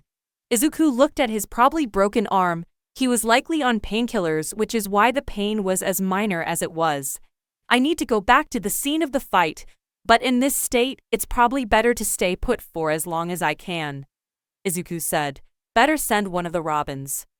Izuku entered some commands on the keyboard and the screen shifted to show the feed from the camera in the Robin's eye. Izuku steered the Robin into the sewers and after a little looking around, he found the place.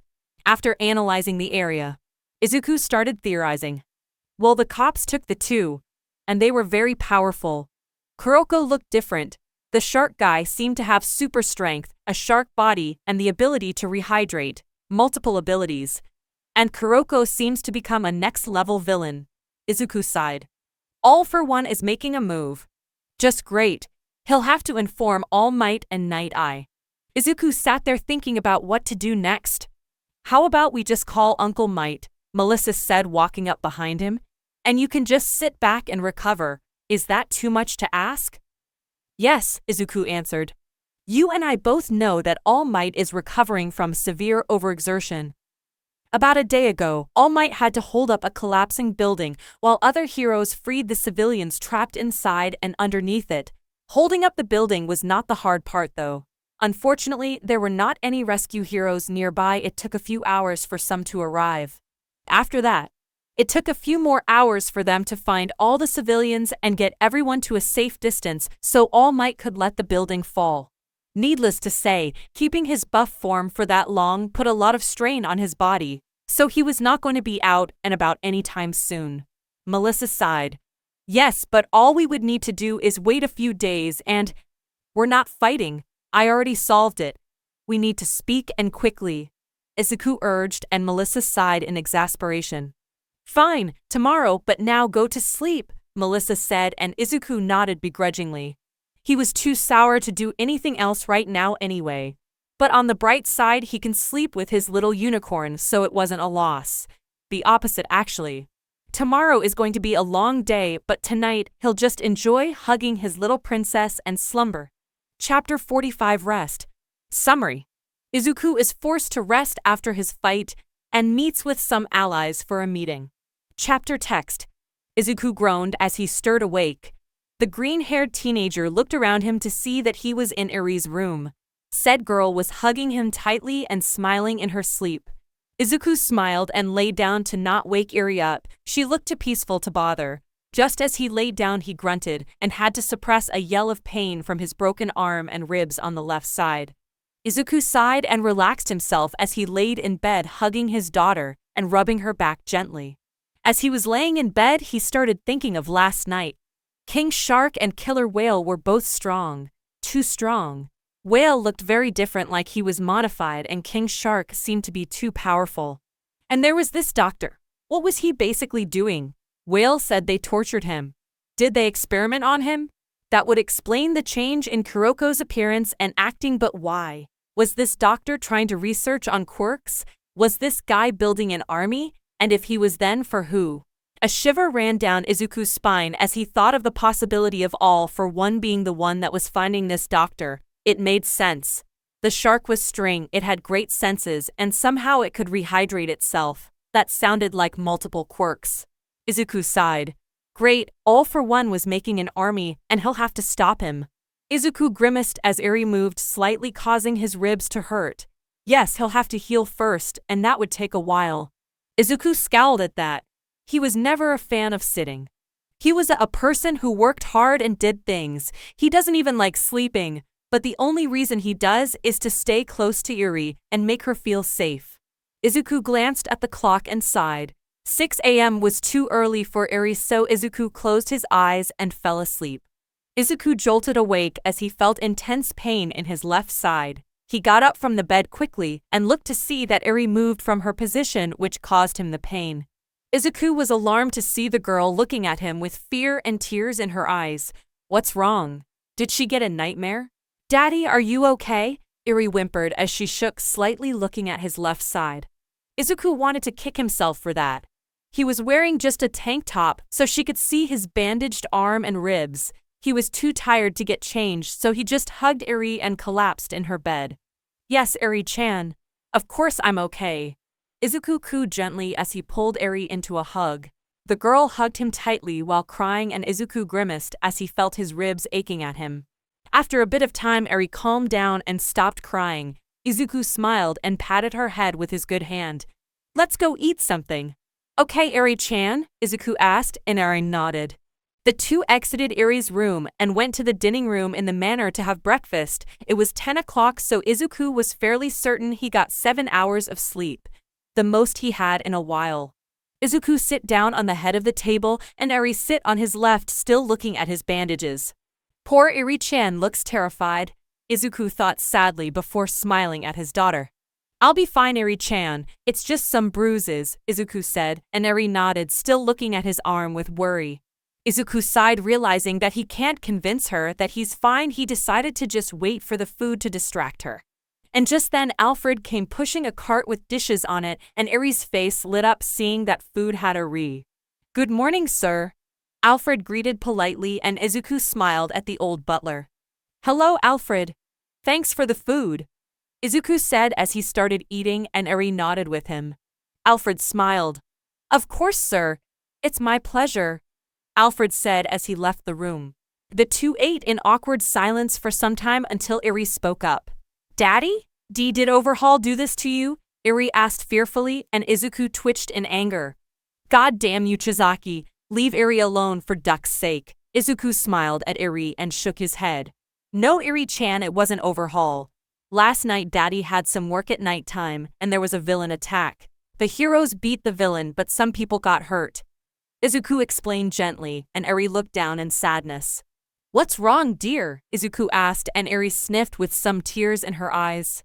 "I don't want Daddy to get hurt," Eri said quietly, and Izuku smiled at his daughter as he picked her up with his good arm and hugged her gently. "Then I won't get hurt again," Izuku said, and Eri nodded, now smiling and enjoying the hug. "I love you, Daddy," Eri said happily, and Izuku blushed, smiling widely. "I love you too, Princess," Izuku said as he carried his little unicorn to his office. He didn't or couldn't do anything as Green Shadow, but he could still be helpful as Deku Shimoda by doing some more work than he usually does.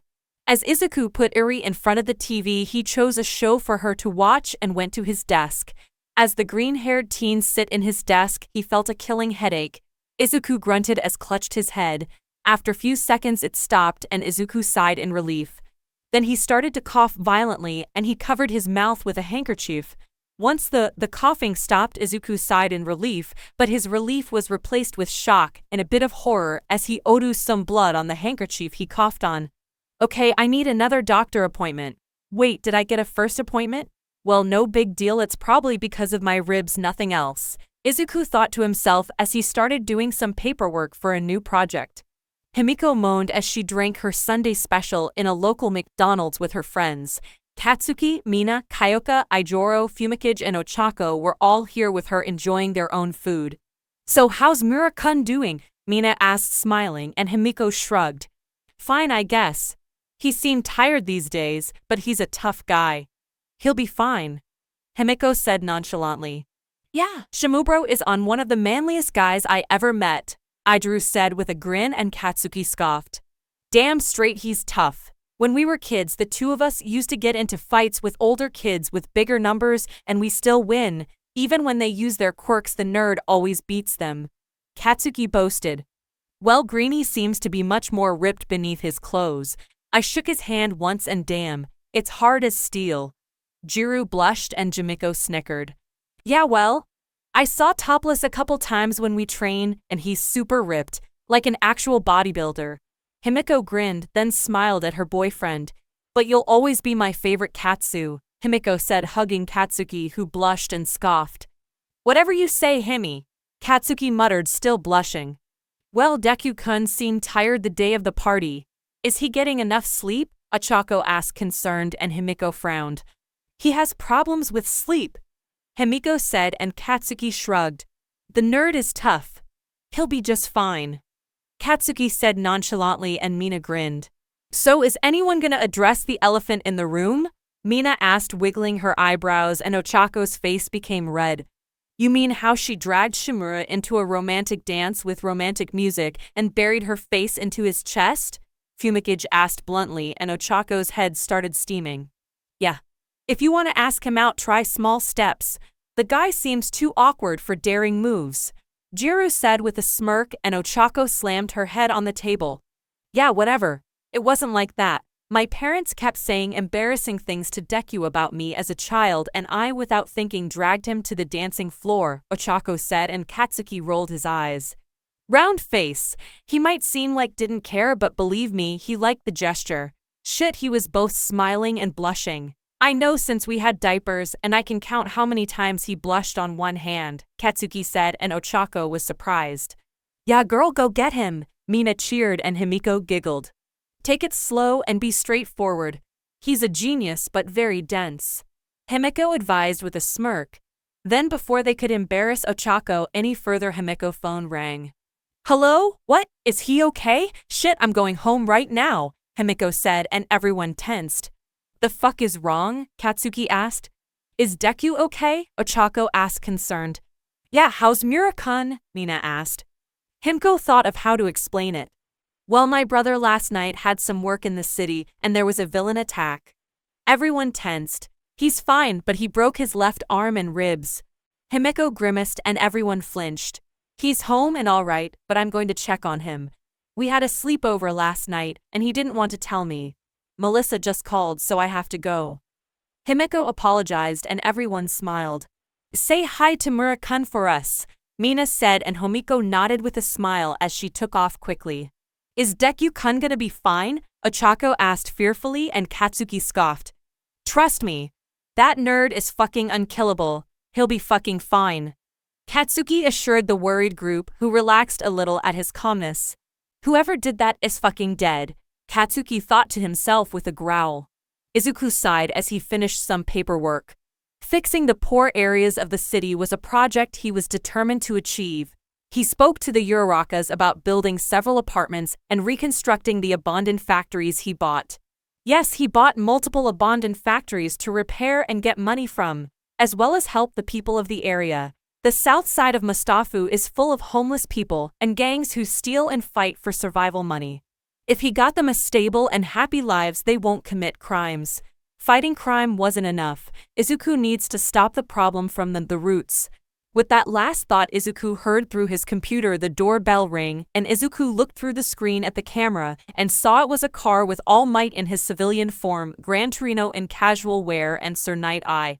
Izuku wasn't sure if he should trust Murai Sasaki with his identity, but he knows that trust needs to be built, so he'll make the first step. Izuku pressed a button in keyboard and the gates opened. The car drove for a bit since Izuku had a good amount of land around the mansion, so they needed a 10-minute ride. As the three heroes reached their destination, Murray looked perplexed at the huge manor in front of him, and the older men chuckled in amusement. Yeah, that was our reaction too, Toshinori assured his old sidekick, and Gran Torino snickered. Yeah, considering that he's Nana's grandkid and that you are his idol, he's a genius in financial growth, Sorihiko said amused. As Murray knocked on the doors of the manor, Alfred opened the door for the three heroes. Welcome to the guests. Master Shimura is waiting for you in his study, Alfred said as he led the trio to Izuku's office where he does most of his work. Alfred knocked on the door and they heard a come-in from the inside. Alfred opened the door and the four entered. Master Shimura, your guests arrived, Alfred said, and as Izuku nodded, Alfred turned and left the room. The three walked to Izuku's desk and noticed a girl sitting on a couch watching TV and eating some apples. It was the girl from the party that Shimura adopted. Izuku stood up to greet his guests. Hello Uncle Might and Gran Torino, sir. Nice to meet you, Sir Night Eye. Izuku greeted politely, and the three nodded as they sit on chairs across from him. Young man, you called us here for an important matter. What is it? Toshinori asked, and Izuku sighed. Iri-chan, can come here please? Izuku called to Uri. The white-haired girl perked up and ran to her dad. She stood by his side and looked at him curiously. Yes, Daddy? Asked the girl curiously, and Izuku smiled. Go to your room, dear. The adults need to talk a bit, Izuku said, and Eri nodded. She gave the three heroes a nervous glance before leaving the room. Sorry about Iri-chan.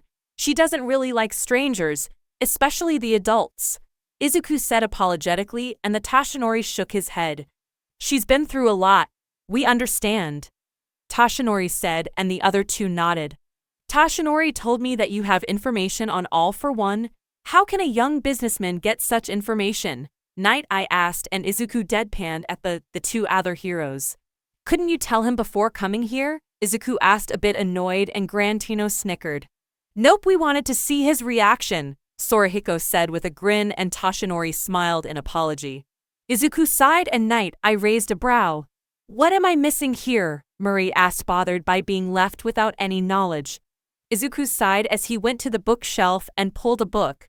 There was a mechanic sound, then the round carpet moved, revealing stairs to a cave. Gran Torino whistled. Well, I gotta admit, that's cool, the older hero said, and Izuku walked into the stairs with the three following him. As he entered the base, the three watched in awe as Izuku went to a covered chamber, showing them his green shadow suit. Oh ho ho, that's face, Gran Torino snickered as he looked at Murray's gaping face and wide eyes. So you're Green Shadow? Murray asked, and Izuku nodded. How did I not see that coming? Murray asked, and Izuku smirked. Well, I play the persona of a businessman perfectly and hide any financial leads to the tech I use to the point no one would suspect me, Izuku explained, and the three nodded. Then Izuku's face became serious. Follow me, I need to show you something, Izuku said as he sat in the green computer and pulled the file Melissa had analyzed. What's this? Murray asked, seeing a picture of King Shark and Killer Whale. These two were both kidnapped months ago, and they appeared last night, heavily modified and with multiple DNAs and multiple quirks. Everyone tensed at that part, and Toshinori buffed up into his hero form out of rage. All for one. Everyone growled, including Izuku. Yes, and Whale mentioned someone called the doctor who did this. I think that All for One has a follower that's creating these monsters from normal people. Someone specialized in quirk science and biological engineering. We need to find this person as soon as possible, Izuku said, and the three others nodded. Yes, I believe that it would be beneficial if we investigate separately but trade information, Murray offered, and Izuku nodded. Well, that would be funny. Everyone looked to see Himiko storming into the base with the worst scowl she ever had. Shit, Izuku mumbled, and Himiko looked at him angry. You broke your arm yesterday fighting whatever you fought, and you're here working. What actual fuck? Himiko said, and Izuku sighed. We're just talking, Himiko, Izuku deadpanned. Oh hey Uncle Might, hey Grandpa Sorahiko, Himiko greeted. And who are you? Himiko asked. This is Sir Night-Eye. He was All Might's sidekick few years ago, Izuku explained, and she nodded. Well, it's time for us to leave. I'll tell you the details of what happens on the investigation on the doctor, and when you feel better, tell me what you find, Murray said as he turned to leave, and Izuku nodded. Brat, what the hell happened to you? Mitsuki asked in panic, seeing his left side bandaged. Izuku sighed.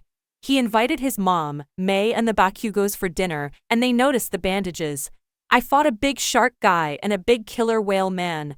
I beat them but got roughed up, Izuku explained, and Inko looked worried. Honey, please be careful. I know that you like saving people, but take care of yourself. What will happen to Eri if you get hurt or, God forbid, die? Inko asked, and Izuku winced. Yeah, he did not want to imagine Eri crying in his funeral. Now that he thought about it, Himiko and Melissa would be devastated. Yes, big bro, I don't want to live in a damn work without you. He'll no one in Japan does, Himiko said, and everyone nodded.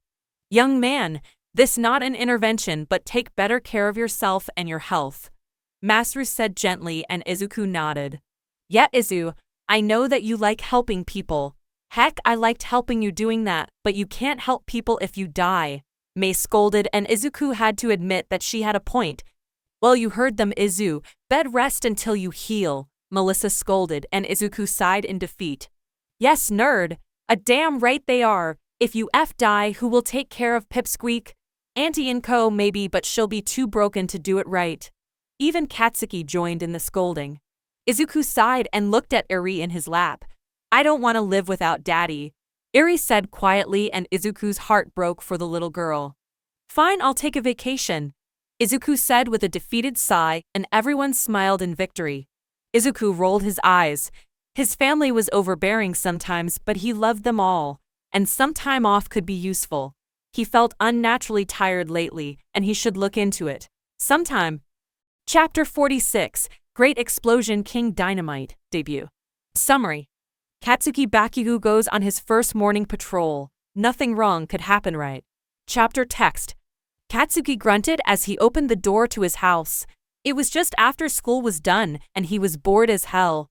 Shitty Hair couldn't meet up for training because he was busy with Raccoon Eyes doing whatever.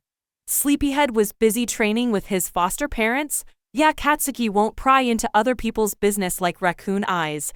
And even Jimiko was busy making sure the nerd doesn't overwork his sorry ass, and she was right too. The moron tried to do a patrol with his broken arm. That nerd was a workaholic bone abuser, no argument. Katsuki grunted as he walked inside his house. It was a boring day at school, and he was getting restless from not doing shit. The gym wasn't even open today. "Old hag, I'm home," Katsuki called out in a pleasant tone. "Welcome home, you little shit," Mitsuki called out from the kitchen, equally as pleasant. "Welcome home, Katsuki," Masaru said, smiling as he was watching the news. Katsuki nodded and went upstairs to his room to drop his things. As he entered, he was greeted by the sight of a poster of All Might, the guy personally assigned. He still couldn't believe the thing about All Might's injuries. It was bullshit, and a guy with the ability to take and give quirks? What the fuck? The nerd never lied to, so he believes him, but still, what the fuck? Katsuki grunted as he threw his backpack into the desk and took off his uniform and put it in the closet and saw the suitcase that contained his hero gear. Katsuki grinned, finally finding something to do.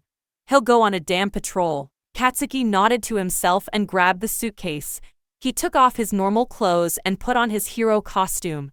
He put on the grenade-like gauntlets, and these two were smaller than the ones he designed, but they were supposed to carry more sweat and harder to grab and break, so he won't complain. He then put on the belt that contained his gadgets, basically just some capture tape for restraining villains, smoke bombs, medical supplies, and grenades filled with his sweat.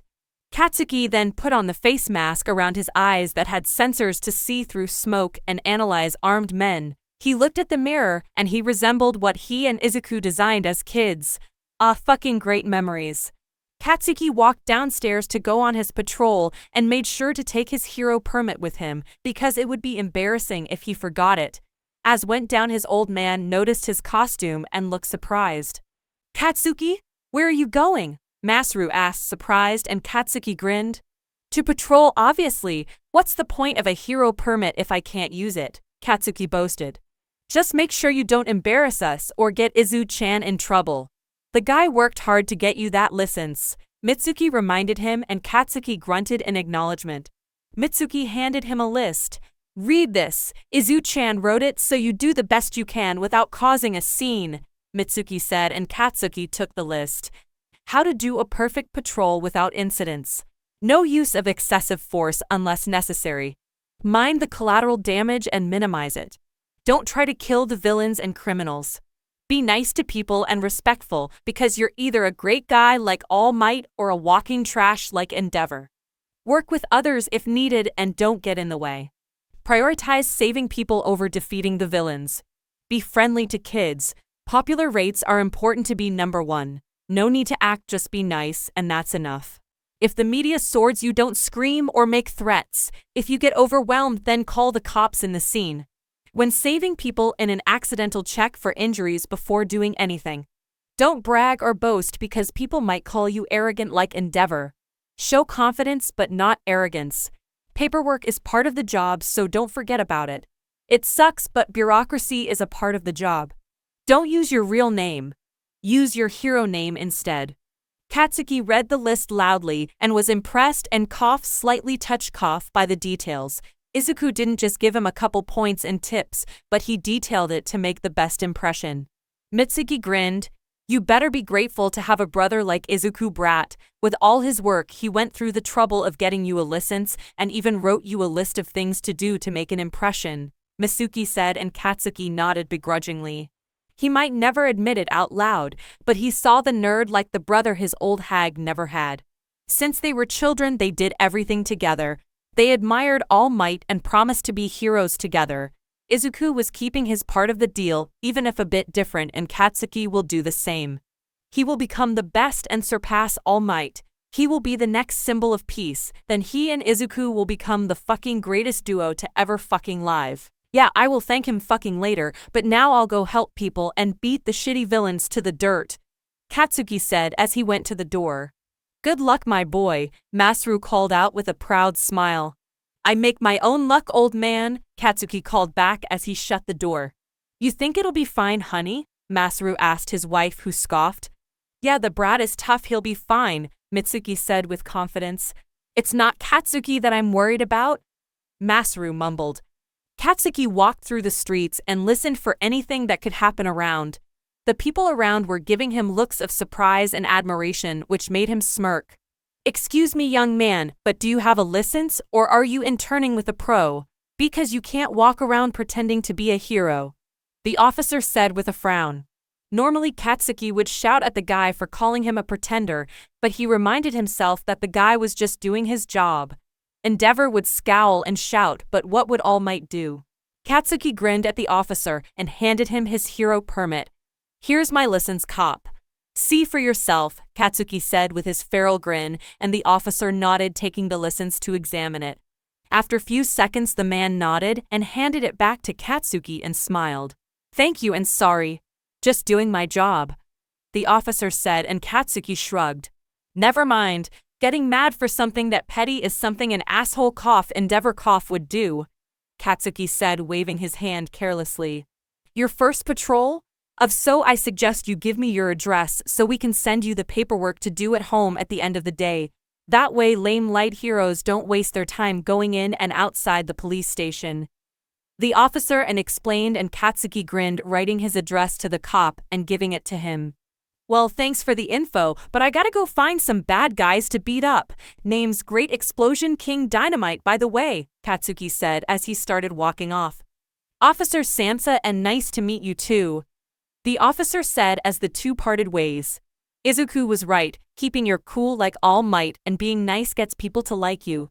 Now he doesn't have to keep going to the police station after every arrest. Katsuki walked through the streets looking for crimes until he saw a crowd in the entrance of a shopping block and raised an eyebrow. Katsuki walked and pushed between the crowd, but once people saw his costume, they let him pass through easily. Katsuki looked in front of him and saw a man that looked like a jaguar holding a girl around 7 or 8 hostage and scowled. Villains were scumbags to him, but come on, taking hostage was a low blow, and fucking little girl? Yeah, what the fuck? Katsuki took a deep breath and looked closely. The guy was sweating and worried as much as the girl. The heroes around were Death Arms, Kamui Woods, and Backdraft, who were trying to negotiate with the jaguar guy. Katsuki activated his mask and looked at the guy with his scanner to see if there is anything he could do to save the little girl. A feral grin came to Katsuki's face as he saw that the guy's gun wasn't loaded. He didn't even have bullets on him. Seeing that there was no danger, Katsuki stepped forward and started walking to the villain calmly with a bored look on his face. Everyone noticed him and the heroes panicked. Death Arms tried to grab him, but Katsuki glared at him before moving to the side and walking to the villain again. What are you doing? Stay back! The villain shouted, but Katsuki ignored him. The villain panicked. Stay back or I'll shoot her! The villain shouted, and the girl started crying in fear of the man shouting. Don't worry, brat, his gun is empty. The asshole doesn't even have a fucking bullet on him, Katsuki called out to her as he reached them, and the jaguar guy paled. The land tried to bite him, but compared to Izuku's speed when they spar, this guy was slow. Katsuki dodged to the side and shot an explosion at the guy's face, knocking him back, and then grabbed the girl before she could fall to the ground. There was silence for some time where nobody said a thing. Both pros and the bystanders were too stunned to say a thing, and after a bit everyone cheered. You okay, kid? Katsuki asked, trying not to smirk, while the crowd cheered for him. The girl, for her credit, was looking at him in awe and admiration. She hugged him tightly and started crying. Thank you so much, sir. I was too scared. The girl whimpered and Katsuki grimaced. God, he should have gave the fucker a much harder hit. It's okay. The bastard will go away, so let's find your mom, Katsuki said in the kindest voice he had as he walked to the crowd, where he noticed a woman trying to enter the scene who resembled the girl. Yeah, anyone could tell she was the mother. Katsuki walked and handed the girl to her mother, who snatched her and hugged her tightly. Both mother and child were crying in joy, and Katsuki felt something warm in his gut from the scene. Is this what Izuku feels every time he saves someone? No wonder he's addicted to his job then. Katsuki mused to himself as he decided to walk off until he was swarmed by reporters asking him questions. Are you a new pro? What's your hero name? What's your quirk? Ain't you an intern? Who's your mentor? Are they a hero or a heroine? Are they famous? What school do you go to? Katsuki wanted to shout at them to fuck off, but that wouldn't be nice or good for his reputation, so he motioned for some cops to come, and they did and held the reporters back a little. Can we see your license, kid? A cop asked, and Katsuki grunted. Ash handed him the license. The cop examined it thoroughly, then nodded and handed it back to Katsuki, who nodded back. Then the reporters went back to asking. That was very reckless of you, young man, Death Arms scolded as he stomped to where Katsuki stood. What if the girl got shot, huh? What were you thinking, boy? Kamui Wood asked, mad at Katsuki's interference. Katsuki looked at them both for a few seconds before he started to cackle loudly, so loud that the two heroes' ears hurt. What are you, dense? Are you retarded or something? I said that the gun was fucking empty, you fucking imbeciles. The guy didn't even have bullets on him. He was fucking bluffing, and the gun was a goddamn toy. How the fresh fuck are you pros? I'm 15 and easily saw it. Katsuki snapped and spent the next 5 minutes scolding harshly the two idiots who kept lowering their head with each sentence. I saved that girl, so fucking thank me, you fucking morons, Katsuki snapped. There was silence for a few seconds where no one dared to say a thing. Katsuki looked and paled. The reporters recorded everything he said. Izuku was right all along, in everything he ever fucking said. God damn, the media. Katsuki walked away silently without saying a word, and thankfully nobody followed him. Katsuki heard his phone buzzing, so he checked it out. Sleepy, dude who took a shit in your launch. You roasted these ungrateful bastards to a crisp. LMFAO. Riot in red, manliest roast of all time, Bakubro. Elmao. Alien Queen, you in a bad mood? Roast a pair of morons. Crow, comfy in an entertainment in the bashing of others. Elmao. Machai, I'll download and upload this clip. Hail to Dynamite. Vampire Queen, babe, I'm so proud and entertained. Elmao. Deku, this has cured my anxiety, caused my fatigue to flourish, got rid of all my paperwork, and healed my bones. Thank you. Now. Katsuki smirked to himself. Maybe today wasn't a disaster after all, and that's just the first villain. Fuck. Katsuki groaned as he entered his house. He ended up saving more people and roasting more morons. All in all, a long day. Nice debut, brat, Mitsuki cackled as she watched the clip on Death Arms and Kamui Woods. His father was chuckling to himself, and they seemed amused. Whatever, I'm going to my room. Katsuki grumbled as he walked to the stairs. Not that easy, you gotta do your paperwork, Mitsuki called out, pointing to a stack of papers on the dining table that was as tall as his head. Katsuki paled at the amount of paperwork he was stuck with.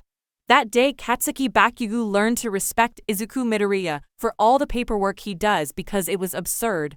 Chapter 47, Dynamite and Hood. Summary. The trouble couple spend the night patrolling together and meet friend. Chapter text. Boom. A man was sent flying through a wall inside a shop and fell to the ground, where he rolled for a couple seconds until he stopped and coughed. The man looked like a panther and was only wearing a blue torn and burnt jeans.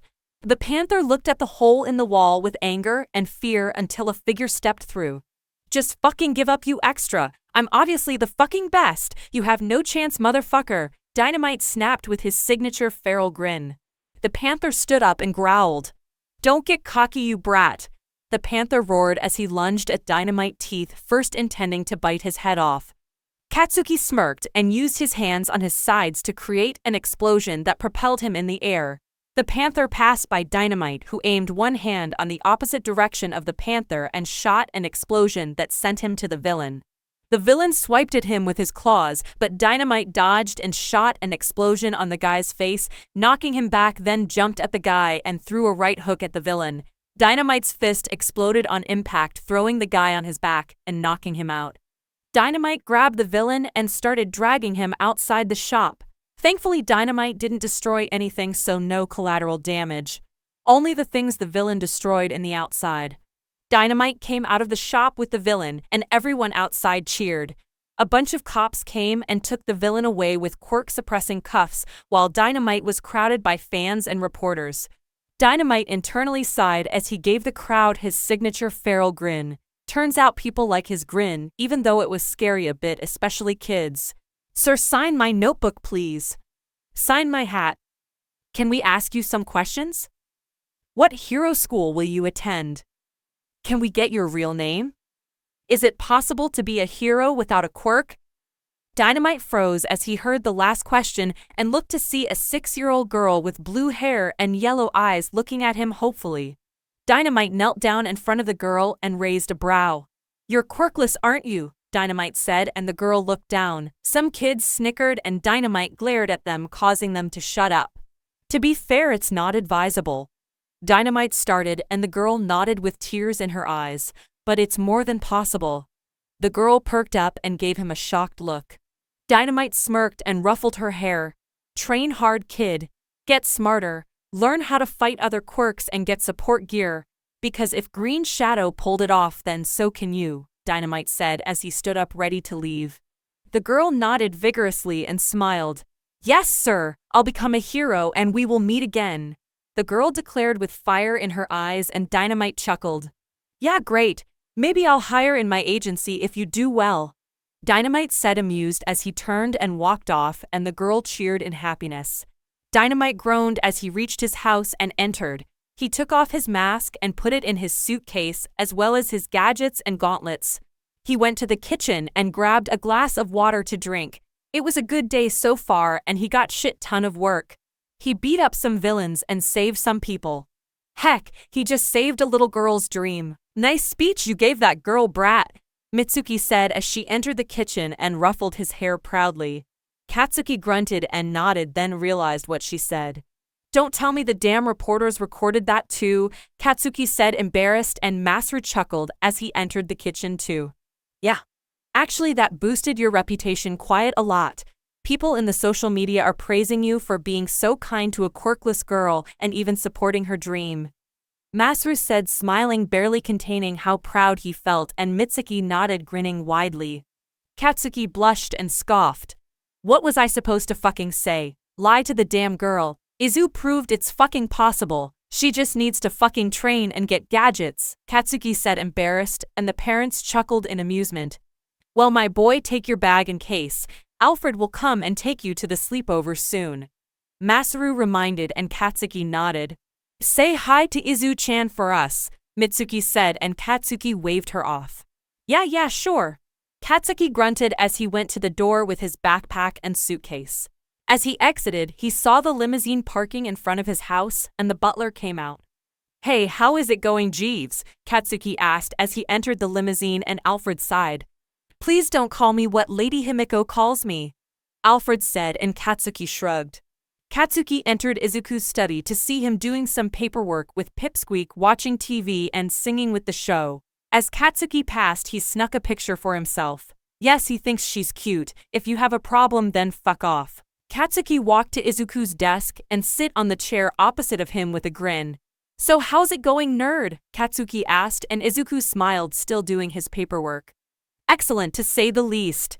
I'm not allowed to participate in patrols, but I got a lot of work done, Izuku said, smiling, and Katsuki nodded. You better not go fight with your left side broken, or I'll kick your ass to shape. Got that? Katsuki asked, and Izuku snorted in amusement before looking at his childhood friend in admiration. What's with that look? Katsuki asked, and Izuku shrugged. Just happy I got you that license. You did well in the past couple weeks, and I'm proud. Izuku's smile softened. I also saw the news and what you said to the girl, Izuku added, proud of his childhood friend who blushed. Just said the damn truth, Katsuki muttered, and Izuku chuckled in amusement. Eri came to the two running, holding a paper. Uncle Kaken, I made you this, Eri said, excited, as she gave Katsuki a drawing of himself in his hero costume with his gauntlets a bit bigger, like giant grenades and explosions behind him. Shit, he even had sunglasses, making him look cooler. Katsuki grinned as he patted the girl on the head. Good job, Pipsqueak. I like it, Katsuki said, and the girl beamed before going back to the TV. Then doors were kicked open as Himiko entered the study with a smile on her face. Hey there, Katsu, I missed you, Himiko said cheerfully as she hugged him and kissed him, making him blush. Himiko, Eri is here, Izuku reminded sternly, and Jimiko huffed but nodded. Come on, I want to show you some stuff, Himiko said, excited as she dragged Katsuki away, who was grinning. Teenagers, Izuku muttered while shaking his head after the two left, and Eri was still singing, making Izuku's day much better. So how was your day, sweetie? Himiko asked as the two were sitting in her bed watching a movie series called The Hangover. Fine, I guess. I beat a bunch of weak-ass extras, saved a bunch of people, and helped a little girl believe in herself. The usual shit. Katsuki casually. Nice job with the poor girl, sweetie. I'm proud of you. Himiko squealed as she kissed him deeply, and the boy simply enjoyed it. Yeah, well, I just said the damn truth. Whoever told her she can't are fucking morons. Katsuki scoffed, and Himiko giggled. Well, I'm proud of the hero you're turning into, Himiko said, smiling as she leaned forward, and I'm happy to see that you're good with kids since we'll need that. Himiko whispered seductively, and Katsuki blushed furiously. Whatever you say, Fangs, Katsuki blushed, and Himiko giggled more. After dinner, Izuku went to bed, or to be precise, Himiko and Melissa dragged him to bed to sleep since he needs another week to recover from his injuries. Then Himiko, Melissa, and Katsuki went to the Green Base for a mission of high importance. So what are we doing, sis? Himiko asked as she pulled up her kitten hood and adjusted her belt.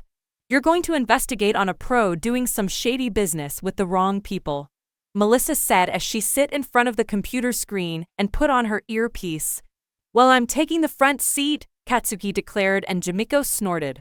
You don't have pilot training like me, dear, so you're in the back, Himiko said cheekily, and Katsuki grunted in annoyance.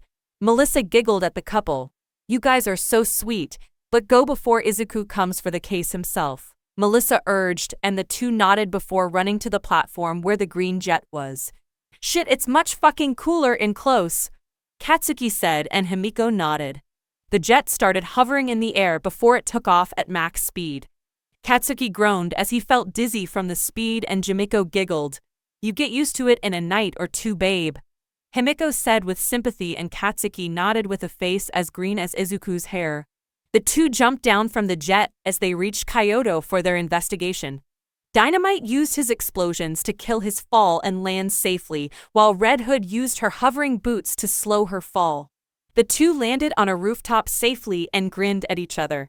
So, Oracle, what hero do we have to take down today? Hood asked cheerfully. The pro hero Nightfall. His quirk Absolute Swords lets him summon swords to use of any type as long as he saw a copy of it. He works for the HPSC but commits crimes of different types. Bribery, money laundering, murder, hiding information, tax evasion, smuggling, and many other things, Oracle explained. How the actual fuck is he still not arrested? The couple asked, and Oracle growled. Because he kills anyone that has dirt on him, Oracle said with disgust. Well then I'll blow his worthless ass to fucking hell, Dynamite declared. Yeah, let's fuck him up, babe, Hood said, equally as pumped up. The two took off to the agency of the hero through the rooftops, determined to put the guy behind bars for a very long time. Dynamite kicked the door open of the hero's personal office in the agency. The two entered and started searching for anything useful to them, but found nothing. Fuck, nothing in here. Any ideas, honey? Hood asked, and Dynamite looked at the round carpet for a second. Then he removed, revealing what looked like a secret vault on the floor. The two grinned at each other as they found something that would help them. How the fuck should we open the damn thing? Dynamite wondered until Hood pulled some tools out of her belt and started picking the lock. You know how to do this? Dynamite asked, baffled, and Hood smirked. Well, yeah, Bunny taught me that, saying that it's a useful skill, and he was right, Hood boasted, then grinned. Here it is, the kitten declared as the vault opened, and the two found shit ton of files and papers, discs, and flash drives. Holy shit, not just his info but other heroes, Hood said, amazed, as the two shared a high five for their success. The two scanned all the evidence with their masks and sent it to Oracle, and as they were about to jump out of the window, a sword was thrown at it, and the two jumped to sides to avoid being cut down. What do you think you're doing in my agency? A tall, muscular, and armored man asked with a deep, gruff voice. Keep him busy. I called some pros and cops, Oracle said. Hood and Dynamite grinned with matching grins. Arresting you, asshole, they called out as they threw an explosive disc and a grenade at him. The knight summoned what looked like a big flat sword that he used like baseball bat to hit the disc and grenade outside the window before they exploded. Then the knight summoned what seemed like a sword with a gun instead of blade and aimed at them, but Hood threw a smoke pellet at the ground, causing the room to be covered in a smoke screen. The knight coughed. Ash tried to see his opponents but felt pain in his chest as Dynamite slammed his palm in the knight's chest and shot him through the door to the hall, where the fake hero slid through the ground for a few feet before he stood up and glared at them. The knight summoned a big sword and charged at them with great speed as he slashed at them. Hood disappeared as she jumped back, while Dynamite used his explosions to propel himself into the ceiling. Armor-piercing shot, Dynamite declared as he used his special move to shoot the knight, who didn't dodge in time and was hit in the back, causing him to cry out in pain, then was kicked in the face by Hood, who reappeared in his left side. Nightfall slashed at her, but she deflected with her 2 knives and tried to stab him, but he dodged and punched her in the face, knocking her to a wall. "Don't touch my kitty, motherfucker," Dynamite roared as he started swinging his arms and throwing explosions at Nightfall, who was barely dodging the furious boy's attacks, but was caught with a point-blank explosion to the face, throwing him back. The knight proved to be as he got up and aimed his arm as a bunch of swords materialized in front of him and shot out at Dynamite, who dodged and shot another apt shot that missed the knight, who shot more swords. The knight was slashed in the back by Hood, who was holding one of the swords the knight summoned. It was a ninja katana, and she seemed to like it a lot. The knight got up and slashed at her, but she dodged and attacked him, but he deflected her attack and tried to stab her, but she blacked, barely standing because he was bigger and stronger. The knight was hit in the back by a strong, concentrated explosion that shattered his armor, and Hood used the opportunity to kick the guy in the balls, then push him back. Then, as he was about to attack, his swords disappeared, and he felt his quirk disappear too. "Man, you really don't know how to dress.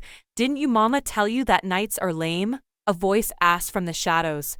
"Who are you?" the knight asked, but stopped mid-sentence as he froze and stopped moving. From the shadows came out Eraserhead and Purple Scarf with identical tired and annoyed expressions. "The new guy in Red Hood?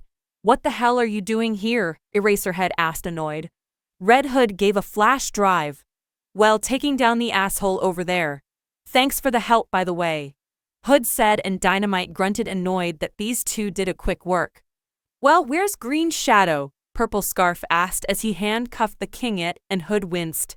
"Poor Bunny broke his arm and ribs fighting the killer whale man and shark dude in the sewers 2 weeks ago, so he's resting," Hood said sadly, and Eraserhead looked surprised. "He's fine, right?" Purple Scarf asked, and Dynamite scoffed.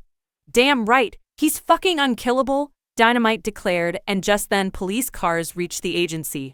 "Go, Scarf. I'll deal with the cops," Eraserhead said, and Purple Scarf nodded as he left with the 2 blondes. "Okay, cut the crap, sleepyhead. You're fucking Purple Scarf?" Dynamite asked. "Well, yeah, and you're Red Hood Himiko?" Purple Scarf asked, and Hood laughed. "Kinda. It's surprising that you recognize me," Hood said cheerfully. "Yeah, whatever. So you're adopted by fucking Eraserhead. Kinda cool," Dynamite said, amused, and Purple Scarf shrugged. "Yeah, he and M's joke are nice people," Purple Scarf said fondly. "Wait, Justice Hobo has a girlfriend," Hood asked in shock, and Dynamite snickered. "Fuck both of you." The trip stopped as they heard an explosion, and they looked to see a bunch of gang members fighting. "Ugh, fuck, more of these guys?" Purple Scarf groaned as he ran over to them, followed by the 2 blondes. The 3 jumped into the fight. Purple Scarf had his hands on his capture weapon, Hood had her knives at the ready, and Dynamite was grinning, waiting for the action. Purple Scarf wrapped his capture weapon around the necks of 2 guys, then slammed them together. A guy tried to stab him from behind, but he dodged and hit him with the stun button Green Shadow gave him. "Die!"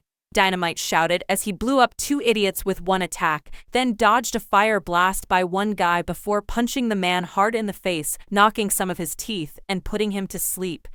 Hood dodged the attack of a guy, then slashed his side, then his neck with the back of her knife. 2 guys charged at her, but she jumped over them and grabbed their heads and smashed them together, knocking them out. "Man, these guys were a bit tough. Nice workout," Hood giggled, and Purple Scarf sighed. "Arg, that's the 3rd fight tonight," Purple Scarf groaned. Dynamite looked around at the place where the guys were standing before going berserk and noticed something. A bunch of bees. He picked them up and put them in a plastic bag, then put the bag in his belt.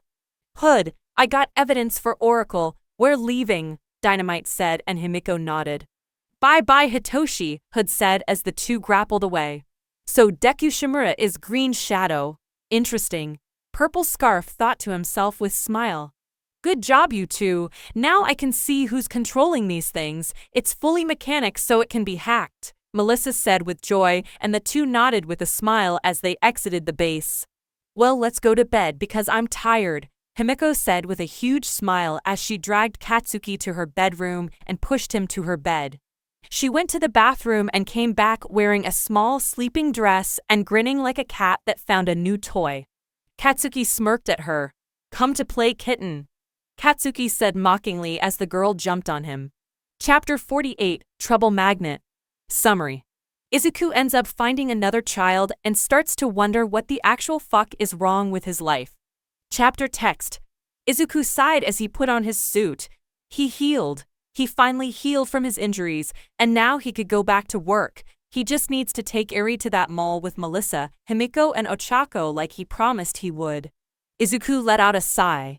It was a boring 3 weeks, and he was only stuck doing paperwork, managing business and projects, and playing with Eri-chan.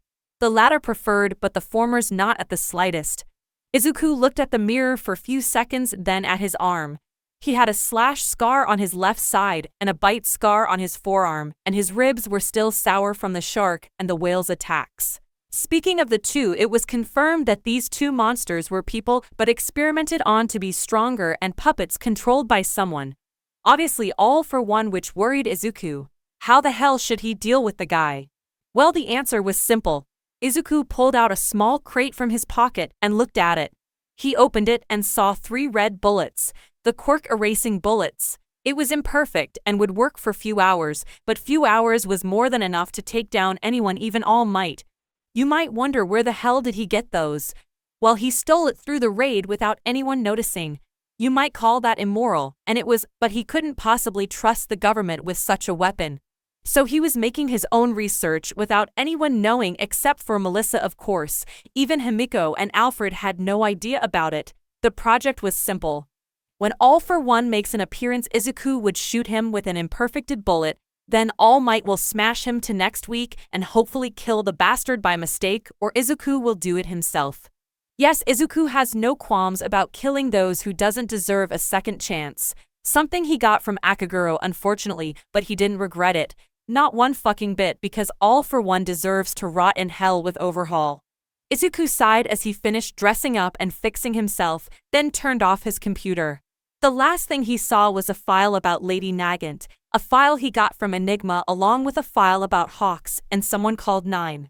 Izuku will deal with the HPSC later, but now he has a family to make happy. So after adjusting his tie, he walked out of his study and went outside of the manor to see the 3 reasons for his living waiting for him with a big smile on their faces. Izuku smiled at them and greeted with a cheerful tone. Hello everyone, hope you're ready, Izuku said cheerfully, and the blondes nodded, but Eri looked hesitant. The little princess went to Izuku, who picked her up with a smile on his face. Don't worry, my dear, it'll be fine, I'll be there to protect you. We're going to the mall to buy some stuff so nothing bad could happen, Izuku cooed at the unicorn, who hugged him tightly and nodded. Okay, let's go, Himiko cheered as she took the back seat and Melissa sit in the front. Eri sit beside Himiko and hugged the kitten blonde tightly. Izuku smiled at that. Eri now not only trusted and loved him, but the entire family. Mainly Melissa, Himiko, and Katsuki, but she liked Mei and his mom as well as Auntie Mitsuki and Uncle Masaru, which made him happy. The therapy sessions were successful, and Izuku was more than happy to take Eri to Dr. Akane because the woman was good at her job and her quirk seemed to affect Eri the more sessions they had. Yes, the quirk makes Eri calmer the more she's exposed to it, making her way less jumpy and terrified all the time. Izuku sit in the driver's seat and Melissa handed him 2 red bracelets. They were thick and made of armored red substance. Izuku raised a brow as he examined the devices and Melissa giggled. It's the nanotechnology bracelets you asked for, Izu, Melissa said, and Izuku gave her a shocked look. The nanotechnology bracelets were basically bracelets that contained his suit and gadgets with nanotechnology, so he could use it anytime he needed. Izuku grinned as he put on the bracelets and hid them under his sleeves with a grin. Then he started the engine of the car and took off. Ochako waited in fronto of the apartment complex she was living in with a nervous expression on her face. She was going to hang out with Deku-kun and Himiko as well as Melissa and Eri. Yes, she wasn't nervous around most of them but Deku-kun. Ever since they danced together, she was dreaming about him a lot. Dreams of the type where they were kissing, holding hands, and other romantic things, but the most intense one was where she sealed of being a housewife with him and had 4 kids. 4 kids, she couldn't never look him in the eye again. It was frustrating, and the worst thing about it was that she enjoyed each dream. Deku-kun was such a wonderful person. He was kind, smart, generous, and very strong. She remembers that one time Himiko brought him to one of their outings, and he beat everyone in arm wrestling. Kirishima, Shinso, Takoyami, Dark Shadow, and even Bakugo. He was just such an amazing person, and his smile always makes her giddy inside and lightheaded. God, she was such a simp. Then she saw a very expensive car park in front of her. A Ferrari. An actual Ferrari. Ochako tried not to faint, but thankfully Himiko came and dragged her inside into the back seat, where Eri gave her a brief hug, which Ochako accepted with glee. "Hello there, Ochako. A good day so far?" Izuku asked, and Ochako nodded. "Well, put on the seatbelt because we're going to the mall," Melissa chirped, and Ochako nodded. The car took off to a local mall so they could hang out. "I'm just saying, you seem to naturally be good with kids." Ochako laughed, taking a sip of her hot chocolate. The 5 of them were seated at a cafe in the town's shopping district. "Like Ire, she absolutely adores you. And remember how Mina's siblings were all over you at the party?" Izuku rubbed the back of his head sheepishly. "I wouldn't say I'm that good. I just try to be someone kids can look up to," Izuku said, embarrassed. "You don't even have to try. You're just that good a person." Ochako smiled. Aoi silently nodded, taking sips of her own hot chocolate. "Well, what can I say? I adore children." Izuku smiled. "They give joy and positivity, and I absolutely love them," Izuku said with a fond smile. "Although I wouldn't mind having another boy at the manor. I love you girls, but sucks to be the only boy in a big manor. No offense," Izuku said with a sheepish chuckle, and Himiko shrugged. "None taken, bro. But it's not like a kid would just pop into your life," Himiko said teasingly. "Attention all shoppers, the intercoms came on. We have a missing little boy on the premises. About 5 years old with short black hair, wearing a white button-up shirt, blue shorts, and a red hat with golden horns. If you see him, please report him either to the help desk or Pro Hero Mandalay, who is on the scene." Izuku slammed his head into the table. "So this is my life, huh?" Izuku thought, knowing that he'll end up somehow dealing with this. "Mandalay," Melissa began as she, along with Izuku and the other 3 girls, approached the pussycat, who was in casual wear. "The missing boy? He's your nephew, right? What happened?" Mandalay sighed, running her hand through her hair. "Ever since Koda's parents died, people have been telling him how heroic they were for sacrificing their lives and stuff like that. Saying that they were thankful for their sacrifice and stuff. I guess this time he just kinda lost it." Izuku looked down before turning. "I'm going to look for him." "Wait, kid," Midnight tried, but Izuku had already taken off. "Don't worry, ma'am. Big bro is a kid genius. He'll help him," Himiko said cheerfully, and Eri nodded, determined. Ochako just smiled fondly. "He'd really cool." Ochako blushed at that and shook her head. "Huh?" Izuku's head snapped down a nearby alleyway. Squinting, he could indeed make out a small figure with a red hat huddled nearby. Izuku rolled his eyes and walked into the alleyway, kneeling beside the young boy. Hey, you're Koda, right?" "My name's Izuku. You know, Mandalay is really worried about you. Do you want to talk about what's wrong, or?" Izuku was promptly silenced, all the air leaving his lungs as a tiny fist struck him in a very tender place. As Izuku writhed on the ground in pain, he could see Koda running towards the mouth of the alley. Izuku grabbed his grappling gun, which yes he has on him if needed, and aimed at the kid, then shot, and yanked him back to Izuku, who was shakily getting to his feet.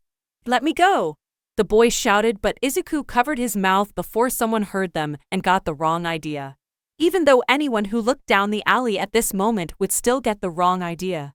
Look, Kota, I heard about the water hoses. If anything, that seemed to make the boy angrier. I am so sorry that happened to you. Kota stopped struggling, looking at Izuku in disbelief, as if this were the first time anyone had told him something other than your parents died heroes or don't cry. I get it. People telling you to smile while you're crying, people not seeing your pain. I get you, my boy, so let's talk. Izuku said with a kind smile. You're just a child, it's not fair that you lost your parents at such a young age. And people going around basically telling you it's a good thing they died. I can understand why that would upset you so much. What do you know? Kota snapped. Izuku gave him a smile. Well, I know someone important who died, killed by a very bad villain, and it filled me with more rage than you can think. Izuku said, leaking some killing intent that made the boy shudder in fear. Izuku noticed and smiled at him. I feel pain in my chest like it's going to kill me. I don't know how to feel or act. Please tell me, how can I smile and have friends like you even when I'm this angry? The boy sobbed and Izuku hugged him. We'll figure it out, buddy, because I am here. Izuku said soothingly as he picked the boy and walked to the mall. Kota! Mandalay cried as Izuku led the boy over to her. The boy remained silent as she fussed over him. Mandalay! Izuku said, getting the heroine's attention. I know it's not my business how you raise Kota, but you have to think about this from his perspective. Everyone is basically going around telling him that it's a good thing his parents died. You need to realize that can seriously mess up a child. He doesn't need reassurance, he just needs someone to be there for him. I see. Thank you, I'll think about that. Mandalay nodded. All right, Melissa sighed. Now that that's over and done with, why don't we? A loud crash and a bunch of screams halted them as a tower of muscle emerged from a nearby store. Show me your blood, a crazed blonde man shouted. Kota huddled back in terror as he laid eyes on his parents' murderer. Nope, not doing this, Izuku snapped as he stomped up to Muscular. Without even thinking, he crossed his arms and the bracelets activated, covering him in his hero suit, then pressed a button on the middle, his modified belt surrounding him in his small might armor. The pussycats gaped. Melissa looked at Izuku, baffled for how carelessly he suited up. Eri and Kota looked in shock and Ochako gasped in disbelief. You sacrificing yourself, Greenie? Don't worry, I'll hey, the hell are you? No, stop. Wait, someone help, please. I just, slam. Want one. Crash. Peaceful day. Bang. To spend with my family. Crunch. Is that too much to ask? Just one fucking day. Slam, slam, slam, slam. You fucking psychotic son of a bitch. Boom, boom, boom, boom. Not gonna lie, Ochako whispered to Himiko. This is actually kinda hot. Himiko gave a quiet nod. Near the back, Kota had stars in his eyes as he watched his parents' killer get the ever-loving shit beaten out of him. After that incident, Izuku got away and unsuited before going back to his family. The reactions were what he expected. Melissa looked at him exasperated.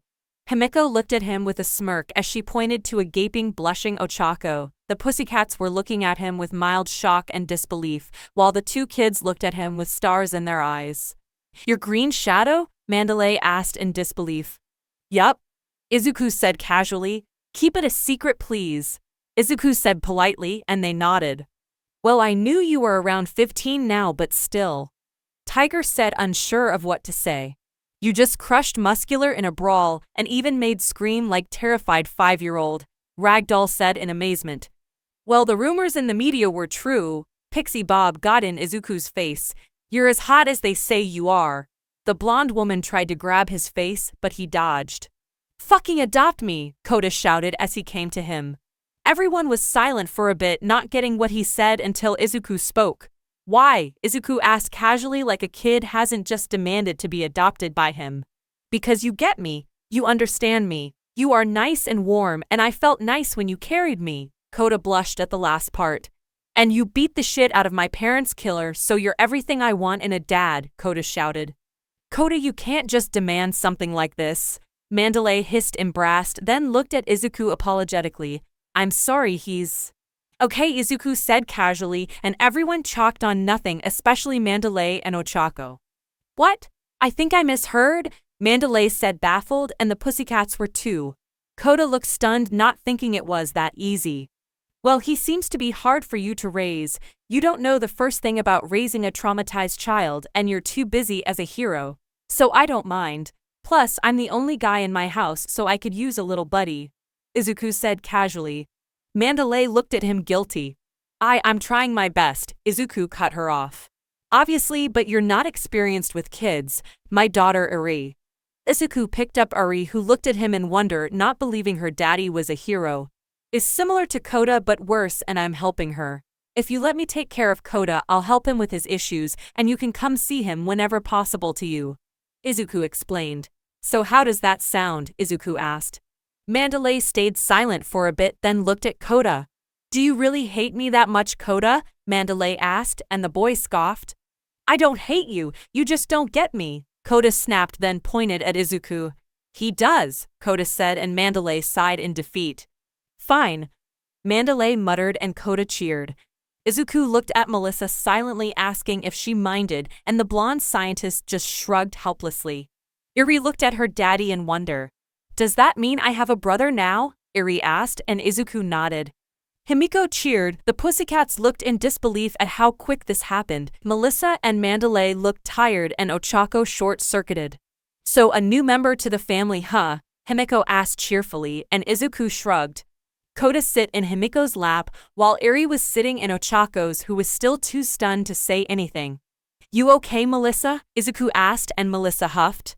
How do you get yourself in these situations? Melissa asked in amusement, and Izuku shrugged in response.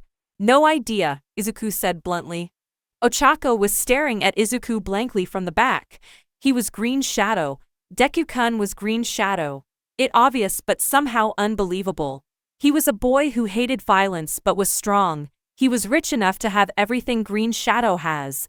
He was skilled and independent. He even worked with someone like Melissa's shield. It was obvious. Ochako didn't know how to speak to him anymore. Whenever they spoke, she always sang praise for Green Shadow and even admitted admiration for him. Deku-kun was Green Shadow, so that is the reason he always blushes whenever she talked about the vigilante, because he was the guy.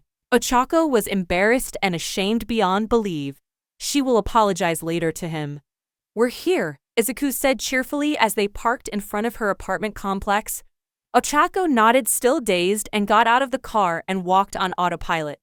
Is she gonna be fine? Kota asked, worried, seeing how off the girl was. Yeah, Himiko chirped, then smirked. Just seeing that the guy she likes is a badass, super cool vigilante who all criminals fear. Himiko grinned, and Kota followed. Still can't believe Green Shadow adopted me. You're the coolest dad, Kota cheered, and Eri followed him in the praising. Izuku just shook his head while Melissa giggled. So what are we doing here? Kota asked as the new father and son duo were sitting in front of the TV in a living room where the family keeps video games. I always wanted a son. Playing with Eri is great, but now I got a little buddy to play with, Izuku said cheerfully as he handed Kota a controller. The boy took it eagerly, vibrating with excitement. Everyone had their dinner and went to their rooms, and Izuku put Eri in bed, so it was just the two of them. Ready? Izuku asked, and Kota nodded. Izuku picked All Might as a character, and Kota picked Green Shadow just like Eri did. He should have seen that coming. The two played together all night and had fun. Kota had the best day ever.